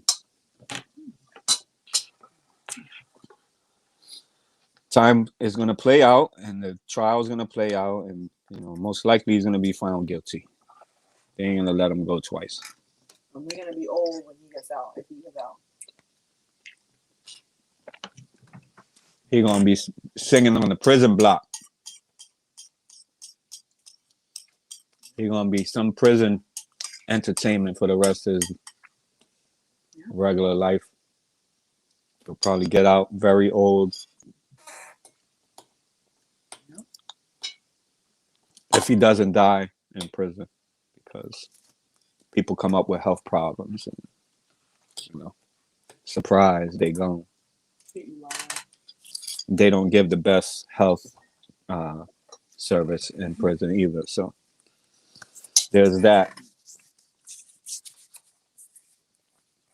So, I mean, if he truly damaged some young teenagers' lives, then he deserves to be held accountable for that behavior.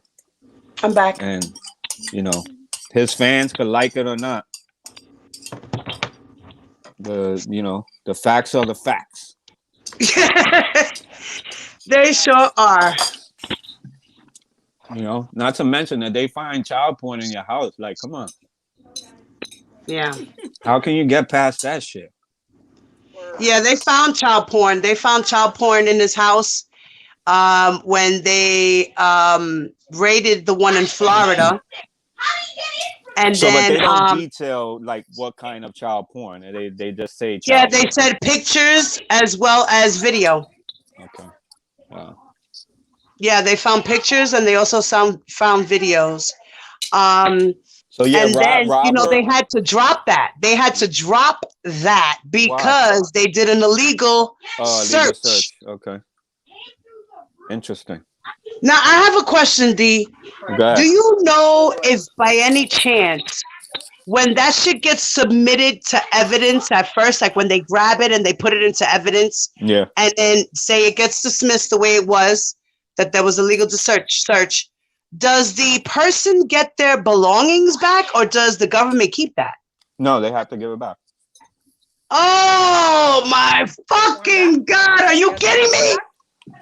Yeah, they have to give you your property back if there's nothing wrong, you know? Like if you have a gun that they suspected you killed somebody with and they take your gun and they test it and they find that there was nothing wrong with your gun, they can't keep the gun just because they suspected your gun. I don't think they have child porn back. Now the child porn, there may be a instance where they say, okay, this is child porn nonetheless. We ain't giving you this shit back. We'll wipe it off of your computer and, we'll give you your computer back, right? I'm going to research that. I got to research that. I got to find out what happens with that. Right. Because now, I said to myself, because you mean to tell me that right now, R. Kelly, the government, the prosecutors have tapes from back then. Is it because, like I said, they gave him back his evidence, or did he have copies of these things? Interesting. You know what I mean? Like he's been traveling with these same videos forever. Well, if he has such an obsession that he has to keep a catalog of trophies, I mean, I don't know if these are homemade videos or they're homemade videos. Okay, well, they said it in the indictments. These are homemade videos. He must do a lot of recording. He does. If that's the case, he has a whole wall. He had a whole wall full of videos that were homemade porn. Yeah, I mean, if they were found to be not pornographic, or for whatever reason they took them out of evidence. I don't know how they will work that. That's an interesting question. Yeah, I gotta find out. I gotta research that. That's an interesting question. Because I say to myself, because now the prosecutors have these tapes. So how did they get these tapes from like 1998? With the girl when she was 14, and it's more than one tape. It's not just the one tape that was in the trial in 2008. There's like 4 or 5 tapes. Now that I think about it. Right. Let's say, for instance, somebody gets pulled over in their car and their car is illegally searched. And they find 5 pounds of weed in the car. Right. Right. And somehow their lawyer gets it dismissed for illegal search and seizure. Right. They're not giving them the marijuana back, right? They're not?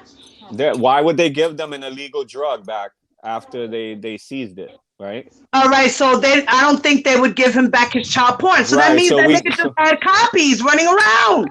Right. Yeah. Well, or he just downloaded more copies, or maybe this is not just home movies that he's keeping. Maybe it's just, he's just downloading put the girls on random the videotape. That's why they put it into evidence.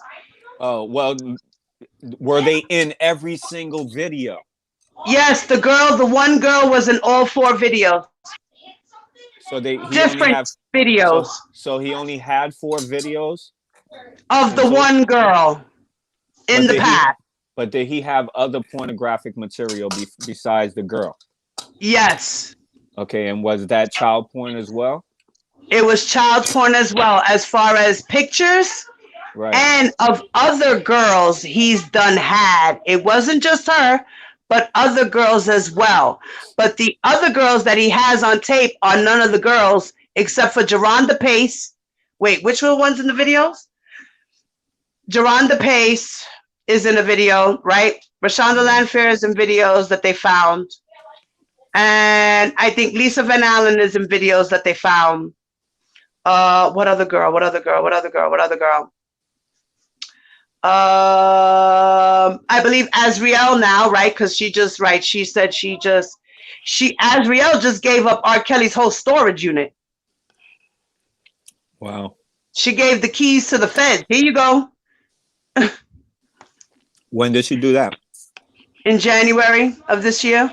Oh well, they would have been said something if they found something in there, right? Yeah, they're still going through the 100 and plus devices. Oh wow. Yeah, there's more than 100 devices that they're going through piece by piece, and then they supposedly, I guess, will produce all the evidence that they did find at the trial, because they haven't thrown out a discovery about the stuff yet. So I think they're just going to spring it on him before the trial, like to throw the evidence to him and say, here, look, because they said that they will submit the rest of the discovery and evidence 2 weeks before his trial. Yeah, well, I think that's the limit. They can wait, but they have to. Yeah, they have to give the defense enough time to deal with whatever evidence they submit. Right. So. Right. So they gave them. R. Kelly has the discovery for the state case. What he does not have the discoveries for is for his Chicago federal case. They did present the discovery in the New York federal trial, but they did not present the evidence in the Chicago, like the discovery. They didn't present the discovery. Right.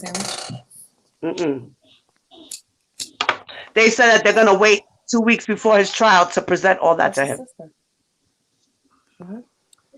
Yeah, I think that's a deadline. They're just playing political chess. I mean, you know, courtroom chess, and they're just going to wait till the last minute to go ahead and submit that evidence so they don't have enough time to deal with it.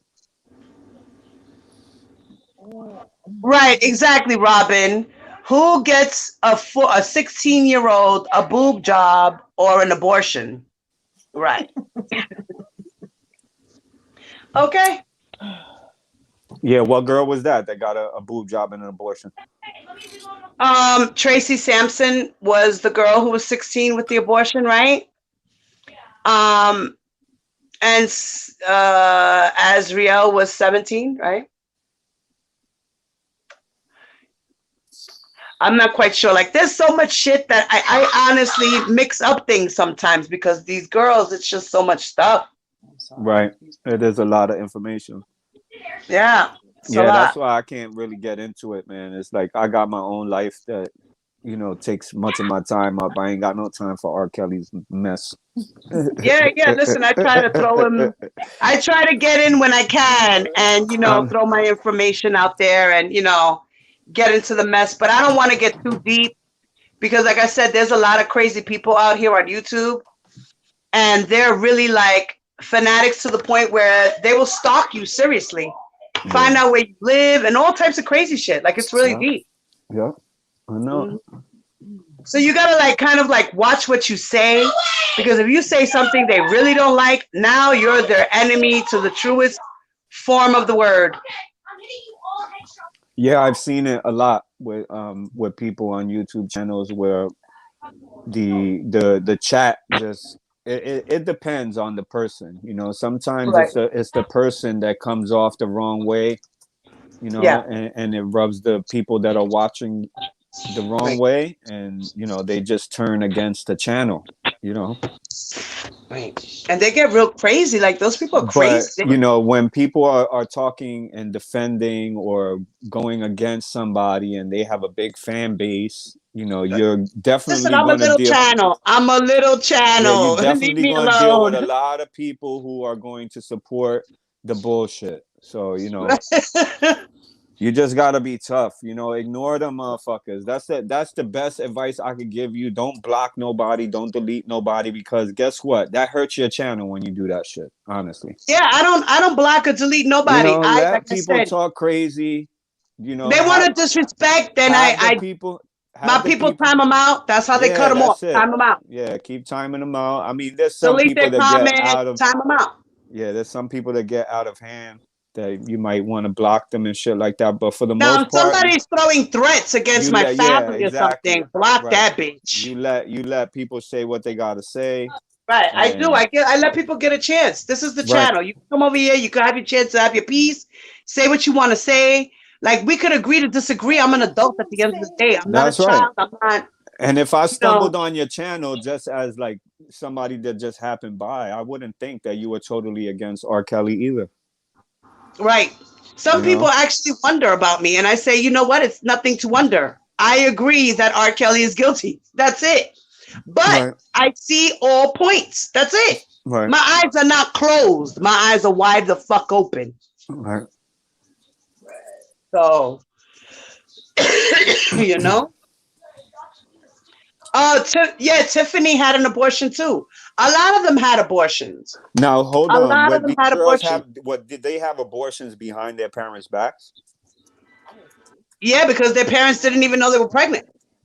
Yeah. Wow. R. Kelly actually had doctors go to the office to check on, go to his house to check on girls, and then would take them to a spot where they would go to get the abortions. Right. So, you know, that's what it is. Yeah. You know, he didn't want to have no kids with no girls, but yet he was letting out his nut wherever he wanted to let it out. Like, Yeah, that's kind of and then irresponsible. you know you have herpes, and then you're just giving it away. Like, yay. You know when I think he knew he had herpes? When he made Trapped in the Closet. He made what? Yup. When he made Trapped in the Closet. Yeah, because if you listen to all the series, that's what he's talking about, the package. The package is the STD. Yeah, well, hopefully he didn't really go through all of that shit and Trapped in the Closet, because that's a He circus. did. That's what he's trying to say, that this man had sex with this man, and then this woman had sex with that man, and that woman had sex with this man, and there we was were actually all... there was actually a midget involved in the scenario. Wasn't there a midget in one of those videos? Yes. Well, he is. That he was with the wifey and got pregnant. Yeah, like Yo, come on, that's like, that's hilarious. what he's talking about. He was making fun of his own situation without people realizing. He was telling a story without us realizing. Wow. I don't know. That's I stopped crazy. watching him when he came up. Yeah, I thought he lost his mind when he made that shit. He kept going on. He did lose his mind. He was like, "Oh my God, I got the package! I got the package! I need to talk about this package I got. I need to talk about how you spread herpes." Yeah, well, I didn't get too deep into that Trapped in the Closet shit because I thought it was funny. Like, you know, I'm pretty sure if you listen to it now, D, like if you were to go back and listen to it now, you'd probably would be like, "Oh shit, word! This nigga was talking yeah, about." I did watch a few of them. He was talking about I AIDS. think it's hilarious. Talking about AIDS. Yeah, that shit is hilarious. He's like singing to himself, singing all the parts. Like that shit was comical to me. And at that point, I was like, damn, this nigga lost it. He thinks he's a real, like, you know, genius artist. He could just make any song, talk about anything, and it's going to crack. Right, look, 100 said, yeah. 100 said, one rapper said he had a dentist in his house as well. His own dentist? Yeah, like this guy would have doctors go to his house. He didn't go out to doctors' offices. Yeah, but I can understand. He would have in-house calls, you know? Yeah, I can understand that as a celebrity. Yeah, that's how he dealt. Right, that's how he dealt with shit. He would have in-house doctors, you know? Yeah. I mean, if I was a big star, I probably would have it like that too. I wouldn't want to go out in public. Yeah, I just don't see the need to control people, you know? I That's couldn't. his biggest problem is his I would not be narcissism. I would not be satisfied with my relationships if I had to control people in order to have those relationships. Like that shit, it wouldn't feel good to me. I wouldn't. There would be no satisfaction. No, and see, and this is what he feels. He feels godly. Yeah. He has a godlike complex. Well, that's what religion does to you, ain't it? Blessed and highly favored. Yeah, he's blessed. Right, exactly. More than everybody else. Anointed. Right. Do you have preachers in his family? I don't know, but he she said, I always think that was into the church. 100 said, think that was Fat Joe. Debo played it on his channel. Really? It's possible. Look at Michael Jackson. You know, Michael Jackson, that's another one that I don't know, man. I believe he was a pedo too, man. Yeah, that's hard to. It's hard for me to make a decision on either one of the situations unless I am part of the jury and looking at all the evidence.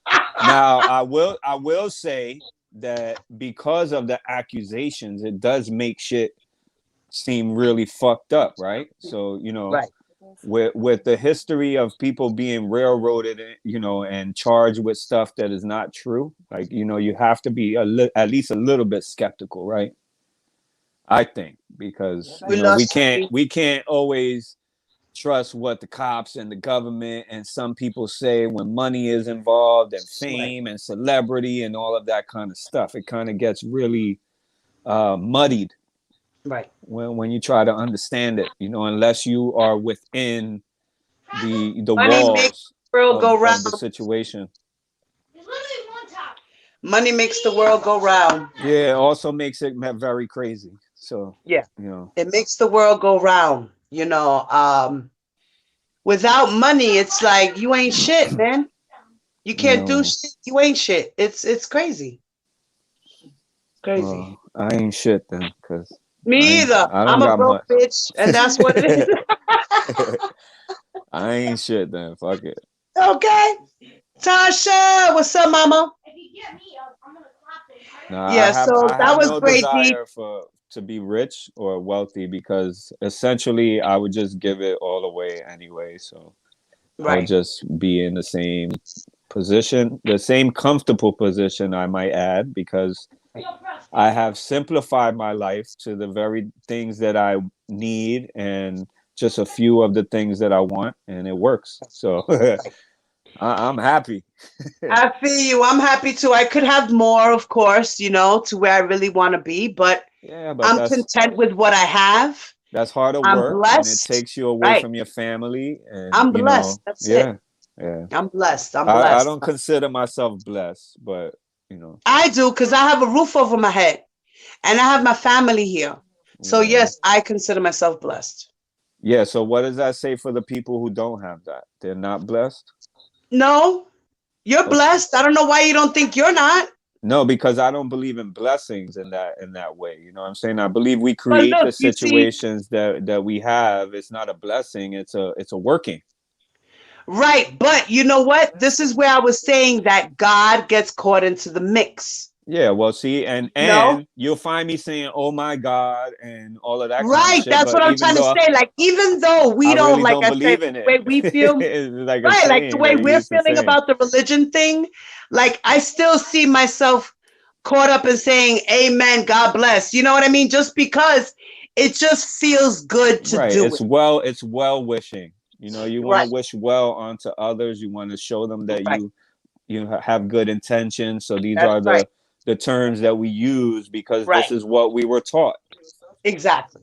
But, and I'm not an evil person. So yes. Right. If there is really a God and everybody believes that, then blessings upon y'all. Right. And so that's what I'm going to say to make you guys feel good, to let you guys know. Right. I feel good about you we too. Come in peace. Right, you know? We come in peace. We, you know, bless all. Exactly. Yes, we woke up this morning. Amen. You see? Yeah. You know what I mean? Like stuff like that. you That know, but you works. will never Because see some me people don't wake up. personally. Right.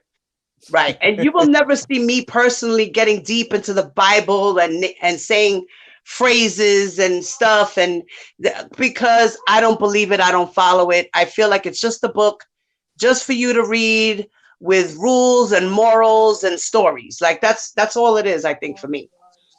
Yeah, but you But know, like I said, if you feel like there is really an entity out there that really brought this earth to where it is, then that's you. I did right, once upon a time until I started to see things for, I guess, for what I think it really is.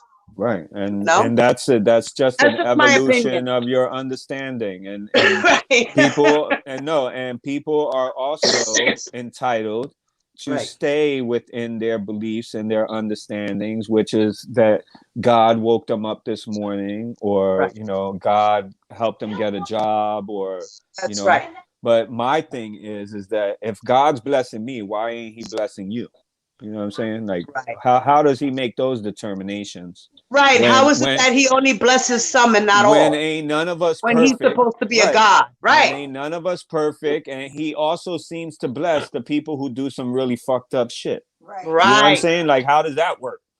You know what I'm saying? Right. But Like there's a whole YouTuber like D. I'm gonna tell you a story right now. There's a YouTuber who we found out just recently killed a 5-year-old baby in a hit and run accident. okay, Right now, that's terrible. But yeah, right, that's terrible. Right now, he says he's using his religion that God has forgiven him and that he doesn't owe anyone an explanation okay, as to if he did it, how he did it, when he did it, and why he did it. okay. Did they test him for drugs? I believe so, and he was supposed to be. I think he was high on crack cocaine. I think, Okay, or they so found drugs in his car. I forgot what exactly was the story. He's one of those born again. right, so he smokes crack and then drives a car and kills a He kid, stole the car. It and was a city van. he doesn't even have to be high on crack in the moment. He kills a kid, and then you know he's allowed to smoke crack and kill a child and redeem himself Right, because God gave him that option. right, Okay. right. That's all This he had is to do. That's simple. Then. right. This is, and wait, and he only got 2.5 years. He only did 2.5 years. Right. Yeah. So you know, God forgave him Right. because you could do anything and just you know say sorry. God forgave me. Why do I Yeah. have to Right. have And you just forgive me? Fuck you. Who are we you? don't even need proof that God forgave you. You just tell us that God forgave you. You know, you ain't even gotta you know show us the letter that He signed or you know take us to And he's God. always remember D that I was telling you about the YouTuber that was a panhandler. Yeah. Maybe. Go ahead. Remember that we Remind me. were talking about it, and you were like, "Oh yeah, there's plenty of panhandlers on YouTube. I know some." Blah blah Oh, blah. right. Remember? People that just come out and be like, donate to my Cash App, and you know, Remember we were all the talking time. about that one blogger I was talking about that I said he's a real bum. Yeah. That's the one who committed the murder. Was that the guy that ate his boogers? Yes, Oh man, yo. Say it ain't so for real.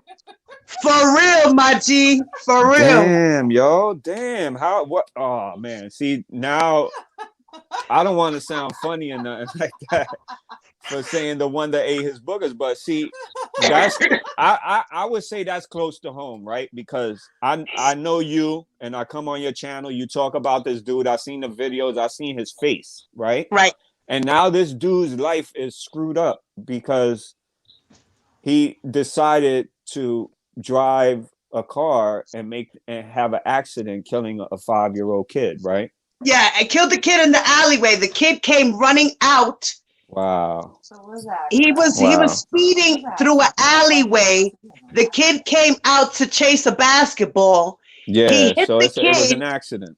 Right. He hit the kid, stopped the car, backed up on the kid again. Damn, yo. He rode him over twice. Wow. and then try to look at him, pick him up, and then he just left him there and then kept going. And then 3 days later, decided to turn himself in because his family members were like, yo, you need to turn yourself in. And then he knew the family of the child that he killed because he used to eat at their house every day. Right. Wow, that's sad. And never apologized to the family for doing what he did. Well, he still has a chance to do that. He's alive, right? He don't want to. This is why we're saying because he's you saying need that to do that. because God forgave him and he don't need Right. to. Now you got it. There you go. See, I love you, D. Wow. I love you, D. A man with brains. Wow. Okay? My brother got brains over here. Okay? That's sad. That's sad. And I just told him the story in 2 seconds. All right? Yeah, that dude either got some real mental illness or, you know, like I don't even know how to diagnose that shit any other way. He must be really fucking mentally ill. He's fucking retarded. Yes, he is. His wifey. What's up, mama? Wow. Mm-hmm. Yup. And the baby's name was Larry White. May he rest in peace. He was 5 years old. Wow. And he wound up being brain dead when he arrived to the hospital. And then the 3 or 4 days later, they just took him off the life support. Yeah. Baby was on life support. Yeah. Yeah. That's fucked up. Yeah. 5 years old. And he only served 30 months, which was 2.5 years, ¿verdad? So he just recently came out of jail for that? No, this happened back in 1995. Oh, wow.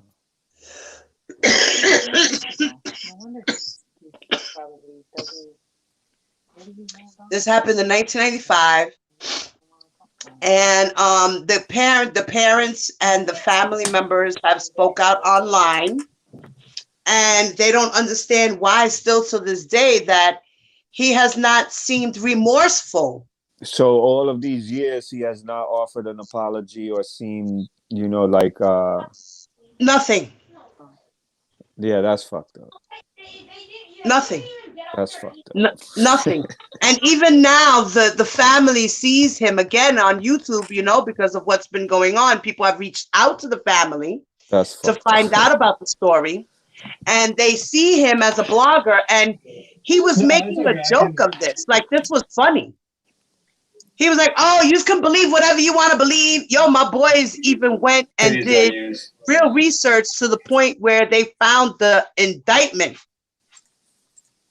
And they pulled it up and they read the story like, look, this is what he did. This is what happened. This is how it was. This is how much time he got. And he's trying to say that that's not him. They even found the news article of the story when it happened and it broke out in the newspaper. Yeah, wow. So somebody dug that shit up on him? Yup. Wow. Yeah, that's pretty fucked up, though. Yeah. This is what I'm talking about. Bloggers start fighting with each other and they start digging each other's backgrounds up. Like, what the fuck is that? Yeah, I don't even know what kind of shape I would be in after taking a 5-year-old's life. Right. Accidentally like that, yo. And you didn't even go to the family and you knew the baby? Whoa. Yeah, that's crazy. Oh. And then not feel responsible for that shit or sorry. And then you keep saying, yo, you want to know what he said, D?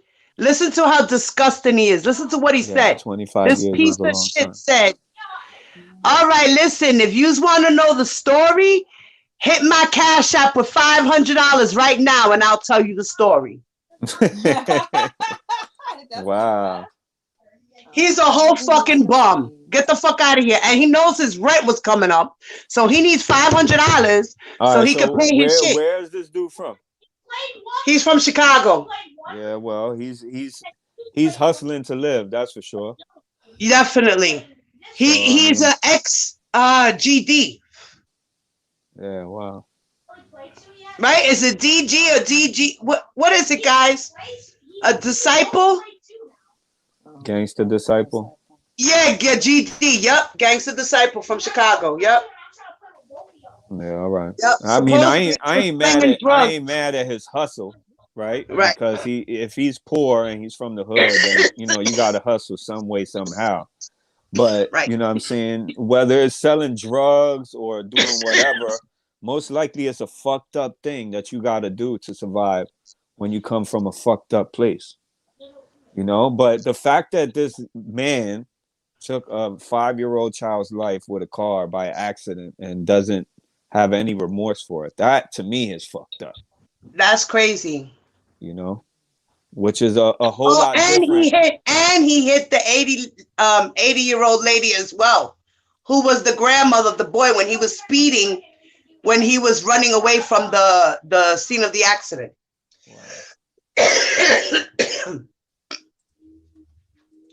Okay. That's right. And then right, yeah, right. That's what it was. That's right. He will read that. Yes, 100. Do you have a pen? Yeah, but Back here. What's his name? Little Tom? so it's like, and then the family was like, damn, yo, like he laughed about the situation. Like he was laughing. Like it was funny and shit. Like that's not funny, nigga. How do you live with a conscience like that? Like how do you do that? Some people laugh when they're nervous. They laugh and smile when they're nervous. I do that. I have to admit, I did that the day I saw my father. And again, I ain't giving the dude a way out. I'm just saying what I know to be true. You're playing devil's advocate. Yo, they're gonna be like, "Fuck you, dude." Listen, I always, I play devil's advocate too, because you know what? Like I said, I see a lot of things. You know what I'm saying? When I come into situations and things, I'm never closed-minded. This is why a lot of people don't like me. Right. Because a lot of people always want me to be on one side. And no, I'm not on one side. I'm outside just looking in. That's it. I am outside looking in. I see everything. Okay? I see you. I see them. I see you. I see them. I see everything. I'm never like one-sided in that sense, even though I am Team Truth. I am for that he is guilty. Yes, I am. I agree. But like I said, I also see other things too. So I just have an open mind, and a lot of people don't like that I have an open mind. They don't understand it. Okay. But that's just me, bro. Yeah. That's just me. I have an open mind. But everybody's different, Everybody deals with shit. They experience shit differently. They interpret shit differently, which is why we have, different individuals. Different opinions. Yeah, like, right. And that shit is necessary, because if we were all the same, it's good for good dialogue. If we were all the same, we'd be bumping into each other trying to do the same shit at the same time. Oh my God. Imagine if we all look the same, dress the same, act the same. Difference is very necessary in opinion, in appearance, in a lot of things in life. Oh, Levi's been doing videos. He dropped a couple of videos. 100 said, he takes advantage of his subs, which is made up of 90% women. Yes, this is true. He does this. He does this, D. Yeah, but how the fuck they go to his chat though? They go and sub. Yeah, they go to his chat. They donate money. They help him pay his rent. They feed him. Well, they clothe him. They do all shit for that nigga. Well, those are his groupies over there. He got little groupies going on over there. Everybody can have a following. Yes. In my opinion, like you could get on YouTube and you can have people following you for again. Various reasons. Yes, I love that. I understand it. I get it. We all need our following, but some of these people, they act like obsessed fans. Yeah, because they tuned in for the drama. They want the entertainment. Right. You know what I I'm saying? forget, drama is entertainment. Like, Right. I noticed that in some of my videos, when I do serious videos and I talk about certain things, real things like my sexual abuse and stuff that I have done, Yeah. um, my views are little. Right. But when I talk drama or I talk R. Kelly, or my views go up. Right. So it's like, okay, I understand my following is here because I do talk about R. Kelly, but I want the people to know too that I want to talk about other things too. Right. So why is it that I could talk about other things and everybody's like, wah, wah, and then I talk about R. Kelly and everybody's like, Yeah. it's weird. I just find it weird. Yeah. Like, it's just weird. Well, My girls are my girls. They're always here with me, always. Right. I'm saying like other people that are in the bushes and shit. Right. Right. I Yeah. don't 'Cause mind. they I want to understand. Stop hear being what you have scared. to say about the people who are supporting R. Kelly, and then they Right. go back to them and they say, "Yo, they said this about you in Right. this chat," and then he like, "Word," and then he make a video like, "Oh, you got something to say, you could come over here and we could do," and it just goes back and forth, and it stirs up controversy and it creates content. It really does. Right. But it also it fanaticizes some people. Some people just go crazy with it. They Right. get so onto one side that they like, you can't say nothing. I'm gonna block you. And if you keep saying something, you come in with another account, I'm gonna go and look up your address and blast your name and talk about your Right. kids and all of that kind Right. of shit. So it can get really fucked up real quick. Yeah. Which is why you got to try to be tactful with it. You got to, Yeah. and I think you're doing a good job. You do Yeah. Thank you, bro. Thank you. you do You. some some R. Kelly stuff, but you also blend in a lot of your own, stuff, and Yeah. that's the way to do it. And eventually, Yeah. you being genuinely who you are will Yeah. attract people who agree with you, and also people who disagree with you. And that's why I said, like, just let people be who they're gonna be in the chat. Yeah. Because Like Rebecca, she came in like say for instance, there's this other one called. Her name is Sip Sip or Piss Piss or. Yeah, I remember her. Right? Remember that? Yeah. Like, she's like a real fucking troll. Like, Right. you're gonna say whatever you're gonna say, but now you want to start fucking threatening my kids and all types of shit. Like, bitch, what's wrong with you? Yeah, that's crazy. Like, what? And that's that's because the I'm kind of saying, I mentally think ill because I'm people saying, that you gotta kind of try to stay away from. of course. Yeah, I but blocked that bitch again. Yeah, it's Again. She unavoidable. hasn't been on my channel since my last blocking. Okay. It's unavoidable. She'll be back. But I know it's her. I know it's her that's giving me the one thumbs down that I get on every video.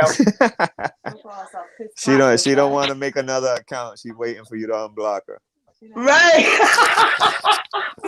You should unblock her, man. Yo, you know what you do to people like that? Honestly, I've thought about this a lot because I be in the chat a lot, and I've seen like channels block people, and I've been blocked for disagreeing and shit like that. And I'm like, right? Yeah. If you just ignore the fucking people, like straight up ignore them, they're gonna comment a whole bunch and say a whole bunch of shit. Right. And we just gonna look above that shit, all right, and just look past it. And eventually, they're just going to fall back and disappear because nobody is giving them any attention. That's what I be saying. Right? See, that's what I be trying to say. And people don't want to listen to me. That's why I be saying, leave them. Don't block them. Let them come in. I don't give a fuck. In that essence, they will always be in the bushes looking. That will always be a view for your channel. Right. You know what I'm saying? Like, right. They'll always come in and look, but once you block them, they want to learn. They are curious, right? They want to hear your side. They want to hear your side. Right. And a lot of the times, listen, a lot of people genuinely know the truth when they fucking hear it. I'm a big believer in that shit, right? Because when somebody tell you the truth, you can shake your head no, but inside you like, damn, this motherfucker hit it right on the nose. Right. You know what I'm saying? Like, exactly. I'm a big believer that people know the truth when they hear it. So like if people are coming to your chat to be controversial or to to support the other side, when they hear a fact that they cannot deny, eventually they have to make the choice to be disingenuous and just keep ignoring the facts, or to say, you know what, I now understand R. Kelly did some wrong shit to some people, you know what I mean? Right. Even though he was a great artist, and you know what I'm saying, and he, you know, had some great charisma or whatever the case may be, or I find him attractive, or, you know, whatever the people find that they like about this dude. Right. You know, it still remains a fact that he did some fucked up shit, and you can't deny that shit. Some of them that actually watch me, I'm pretty sure they do feel like he did do some wrong, but they still feel like he's innocent. These are like the supporters. Like the supporters feel like he's innocent, but they know he did do some wrong, and they're just waiting for his court to say whether he's guilty or not. That doesn't even make any sense. But that's what they do. I could deal with those people though, D, because they could come in and we can have a real decent conversation without attacking each other. Right, and that's what your chat members have to be able to do too, right? Yeah, my girls know. My girls are on it. Right. I'm not judging anybody. I don't really know how they deal with people that come in the chat, because I don't come in your chat all the time. I may come in, like the show, and be out because I'm busy doing shit just to support the channel or whatever. Yes, but thank you. All I'm doing is like just giving you the little bit of information that I know and what I've seen and how it works and benefits, you know, people. Yeah. Because once you alienate yourself and you turn your whole chat against you, is like almost, I've seen some people go down burning like really bad, yo, and it's so sad, you know. Right. Because I'll start off joking in the chat, like, you know, going at them and challenging them and, you know, asking them questions, and the other people are like beating up their appearance and talking about their background and all of that kind of stuff. And I'm just addressing what the people are saying. Like, you know, that don't make sense. Like, help me understand or whatever. And their moderators will block me because I'm disagreeing and I'm being, you know, whatever. That's why I told my girls, I already had explained to my moderators that I don't mind the supporters coming in. They can say what they have to say. I don't mind. It's okay to have this normal dialogue. It needs to be a conversation. You know, we need to understand their reasoning, their logic. They need to understand our reasoning, our logic, so we can learn from one another. Right. And open the conversation of sexual abuse and the crimes and everything that's being committed. Right. And we can learn. And like we say, we are all waiting for his court to see what goes on and how it plays out. Right now, everybody is just throwing opinions, assumptions, and some facts. You know, and we're just learning off of that, off of each other. But then there's some people that are spinning narratives and throwing in their own little stories and shit. Like, what? That didn't really happen. What are you talking about? Where did you get that from? They're misinformed. Right. And that's what I said, that I get upset about R. Kelly's Team Kells, because Team Kells, instead of telling them the truth and showing them the fact, they want to go the opposite. To this area. I'm sorry, y'all. Listen to me. If you know, want to walk through the path along Knight's Park, you know, so it's not going to the playground. It's you understand what that means? It's difficult because then they come over to our side and they're like, "No, you're a liar. That's not what I heard, because the Boski said that it was this way." Right. And we're like, "No, Daboski read that and he misunderstood what he read." Okay. You know what I mean? So we as Team Truth debunk that in a sense and say no. But did he genuinely misunderstand, or is he spinning the narrative? He's spinning narratives. That's what they do. To make it, you know, look like something else. Yes. Right. To hype it up and have people talking about shit and to make views and all of that. Yeah. Yes. And you know, and over here on Team Truth, we're all about the facts that we get from the law and what the law is saying, because right now this is what we're based things on. The process of the courts, of what he's going through, what they accused him of, What are the Right. allegations? What are the paperworks that they have against him? Right. You This want is to what deal we're with the going against. facts. You want to deal with Right. the facts, not the emotion of, you know, Not oh, the I love emotion. R. Kelly. He made such good music. I seen him. I seen him in concert in '94. Like a nice person. And I met him Yeah. and he was a really nice person Right. because he gave me a cigar. Yeah. Or he bought me One a dude, bag. listen, Or you know. yesterday they did a live. Yesterday there was a live going on and they had Okay. two of R. Kelly's ex-employees there. And the employees live, them bitches, they're non-credible. But there was this one guy on the live who said, he's a blogger on the channel as well. And he said, well, you know, R. Kelly is a really good dude. We need to start writing character letters for R. Kelly and speak of what kind of experiences we met about R. Kelly or what we know about R. Kelly. How can you say you know him when you've never been with him? Right. You can't write a reference letter about somebody when you don't know him. You Well, only that's know what he's done for the community because of what you heard right. in the news.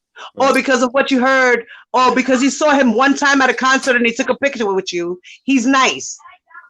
Right. Well, obviously, you know that person is emotional. You can't look at the score. So, you know, Gucci, get off of that, okay? All right. That was a shout out to Gucci. Okay. So, that shit just made no goddamn sense. Good luck with that writing character letters. He was like, oh my God, Ghislaine Maxwell did it. She had a bunch of friends doing it. So why can't we? Mm. He's talking about another fucking pedophile, a female pedophile. So yeah, so this dude might agree with the behavior, right? He might like young chicks. That's what I said. All these people do the same things he does. That's why they agree, because they see it normalization. Right. So they're gonna defend the behavior that they feel they agree with. I'm gonna start cooking dinner on the phone. Yeah, we're about to close this live. We're gonna close this live because I gotta get ready to cook dinner and stuff. So this was awesome. Thank you so much, Dee, for joining the panel. Our sisters, doubt. don't miss you, brother. We love your knowledge. And wifey, we love you too, baby. Yeah, she's in the shower right now. So Oh, okay. I'll Yeah, tell her- because I'll she tell you be throwing her little jabs in there too. I love it. Yeah, she got bionic hearing, yo. She can hear. That's awesome. I got the headphones on and she could hear the whole conversation. That's So a true mom. She was sitting Listen, right next once to you me. become a mom, you develop these senses, okay? Yeah. So this was awesome, guys. Thank you so much, everyone, for coming on Yeah, and hanging out with me for the past to my BS. 4.5 damn hours, which I didn't even realize we were really on that long. But this was a conversation that needed to be had, and it was a good conversation. I love all you guys. I'm gonna throw you guys out with a song. You know me, y'all. Oh, junk. I'm gonna throw out a quickie song real quick for y'all. Let's see what we gonna play. Let's see here. I'm gonna find some music. Where the hell is my shit?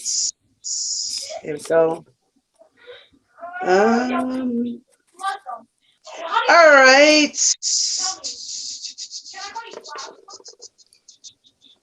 Let's see. I got the best of old school rap playlist here. Let's see what we can do.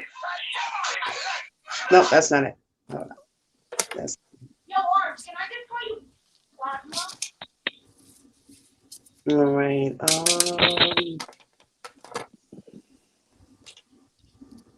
Let's see.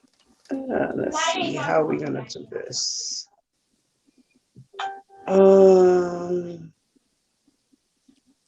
Happy New Year, Rockin' Robin. Yes, Happy New Year, everybody. It's coming, y'all. Yeah, Happy New Year, ladies.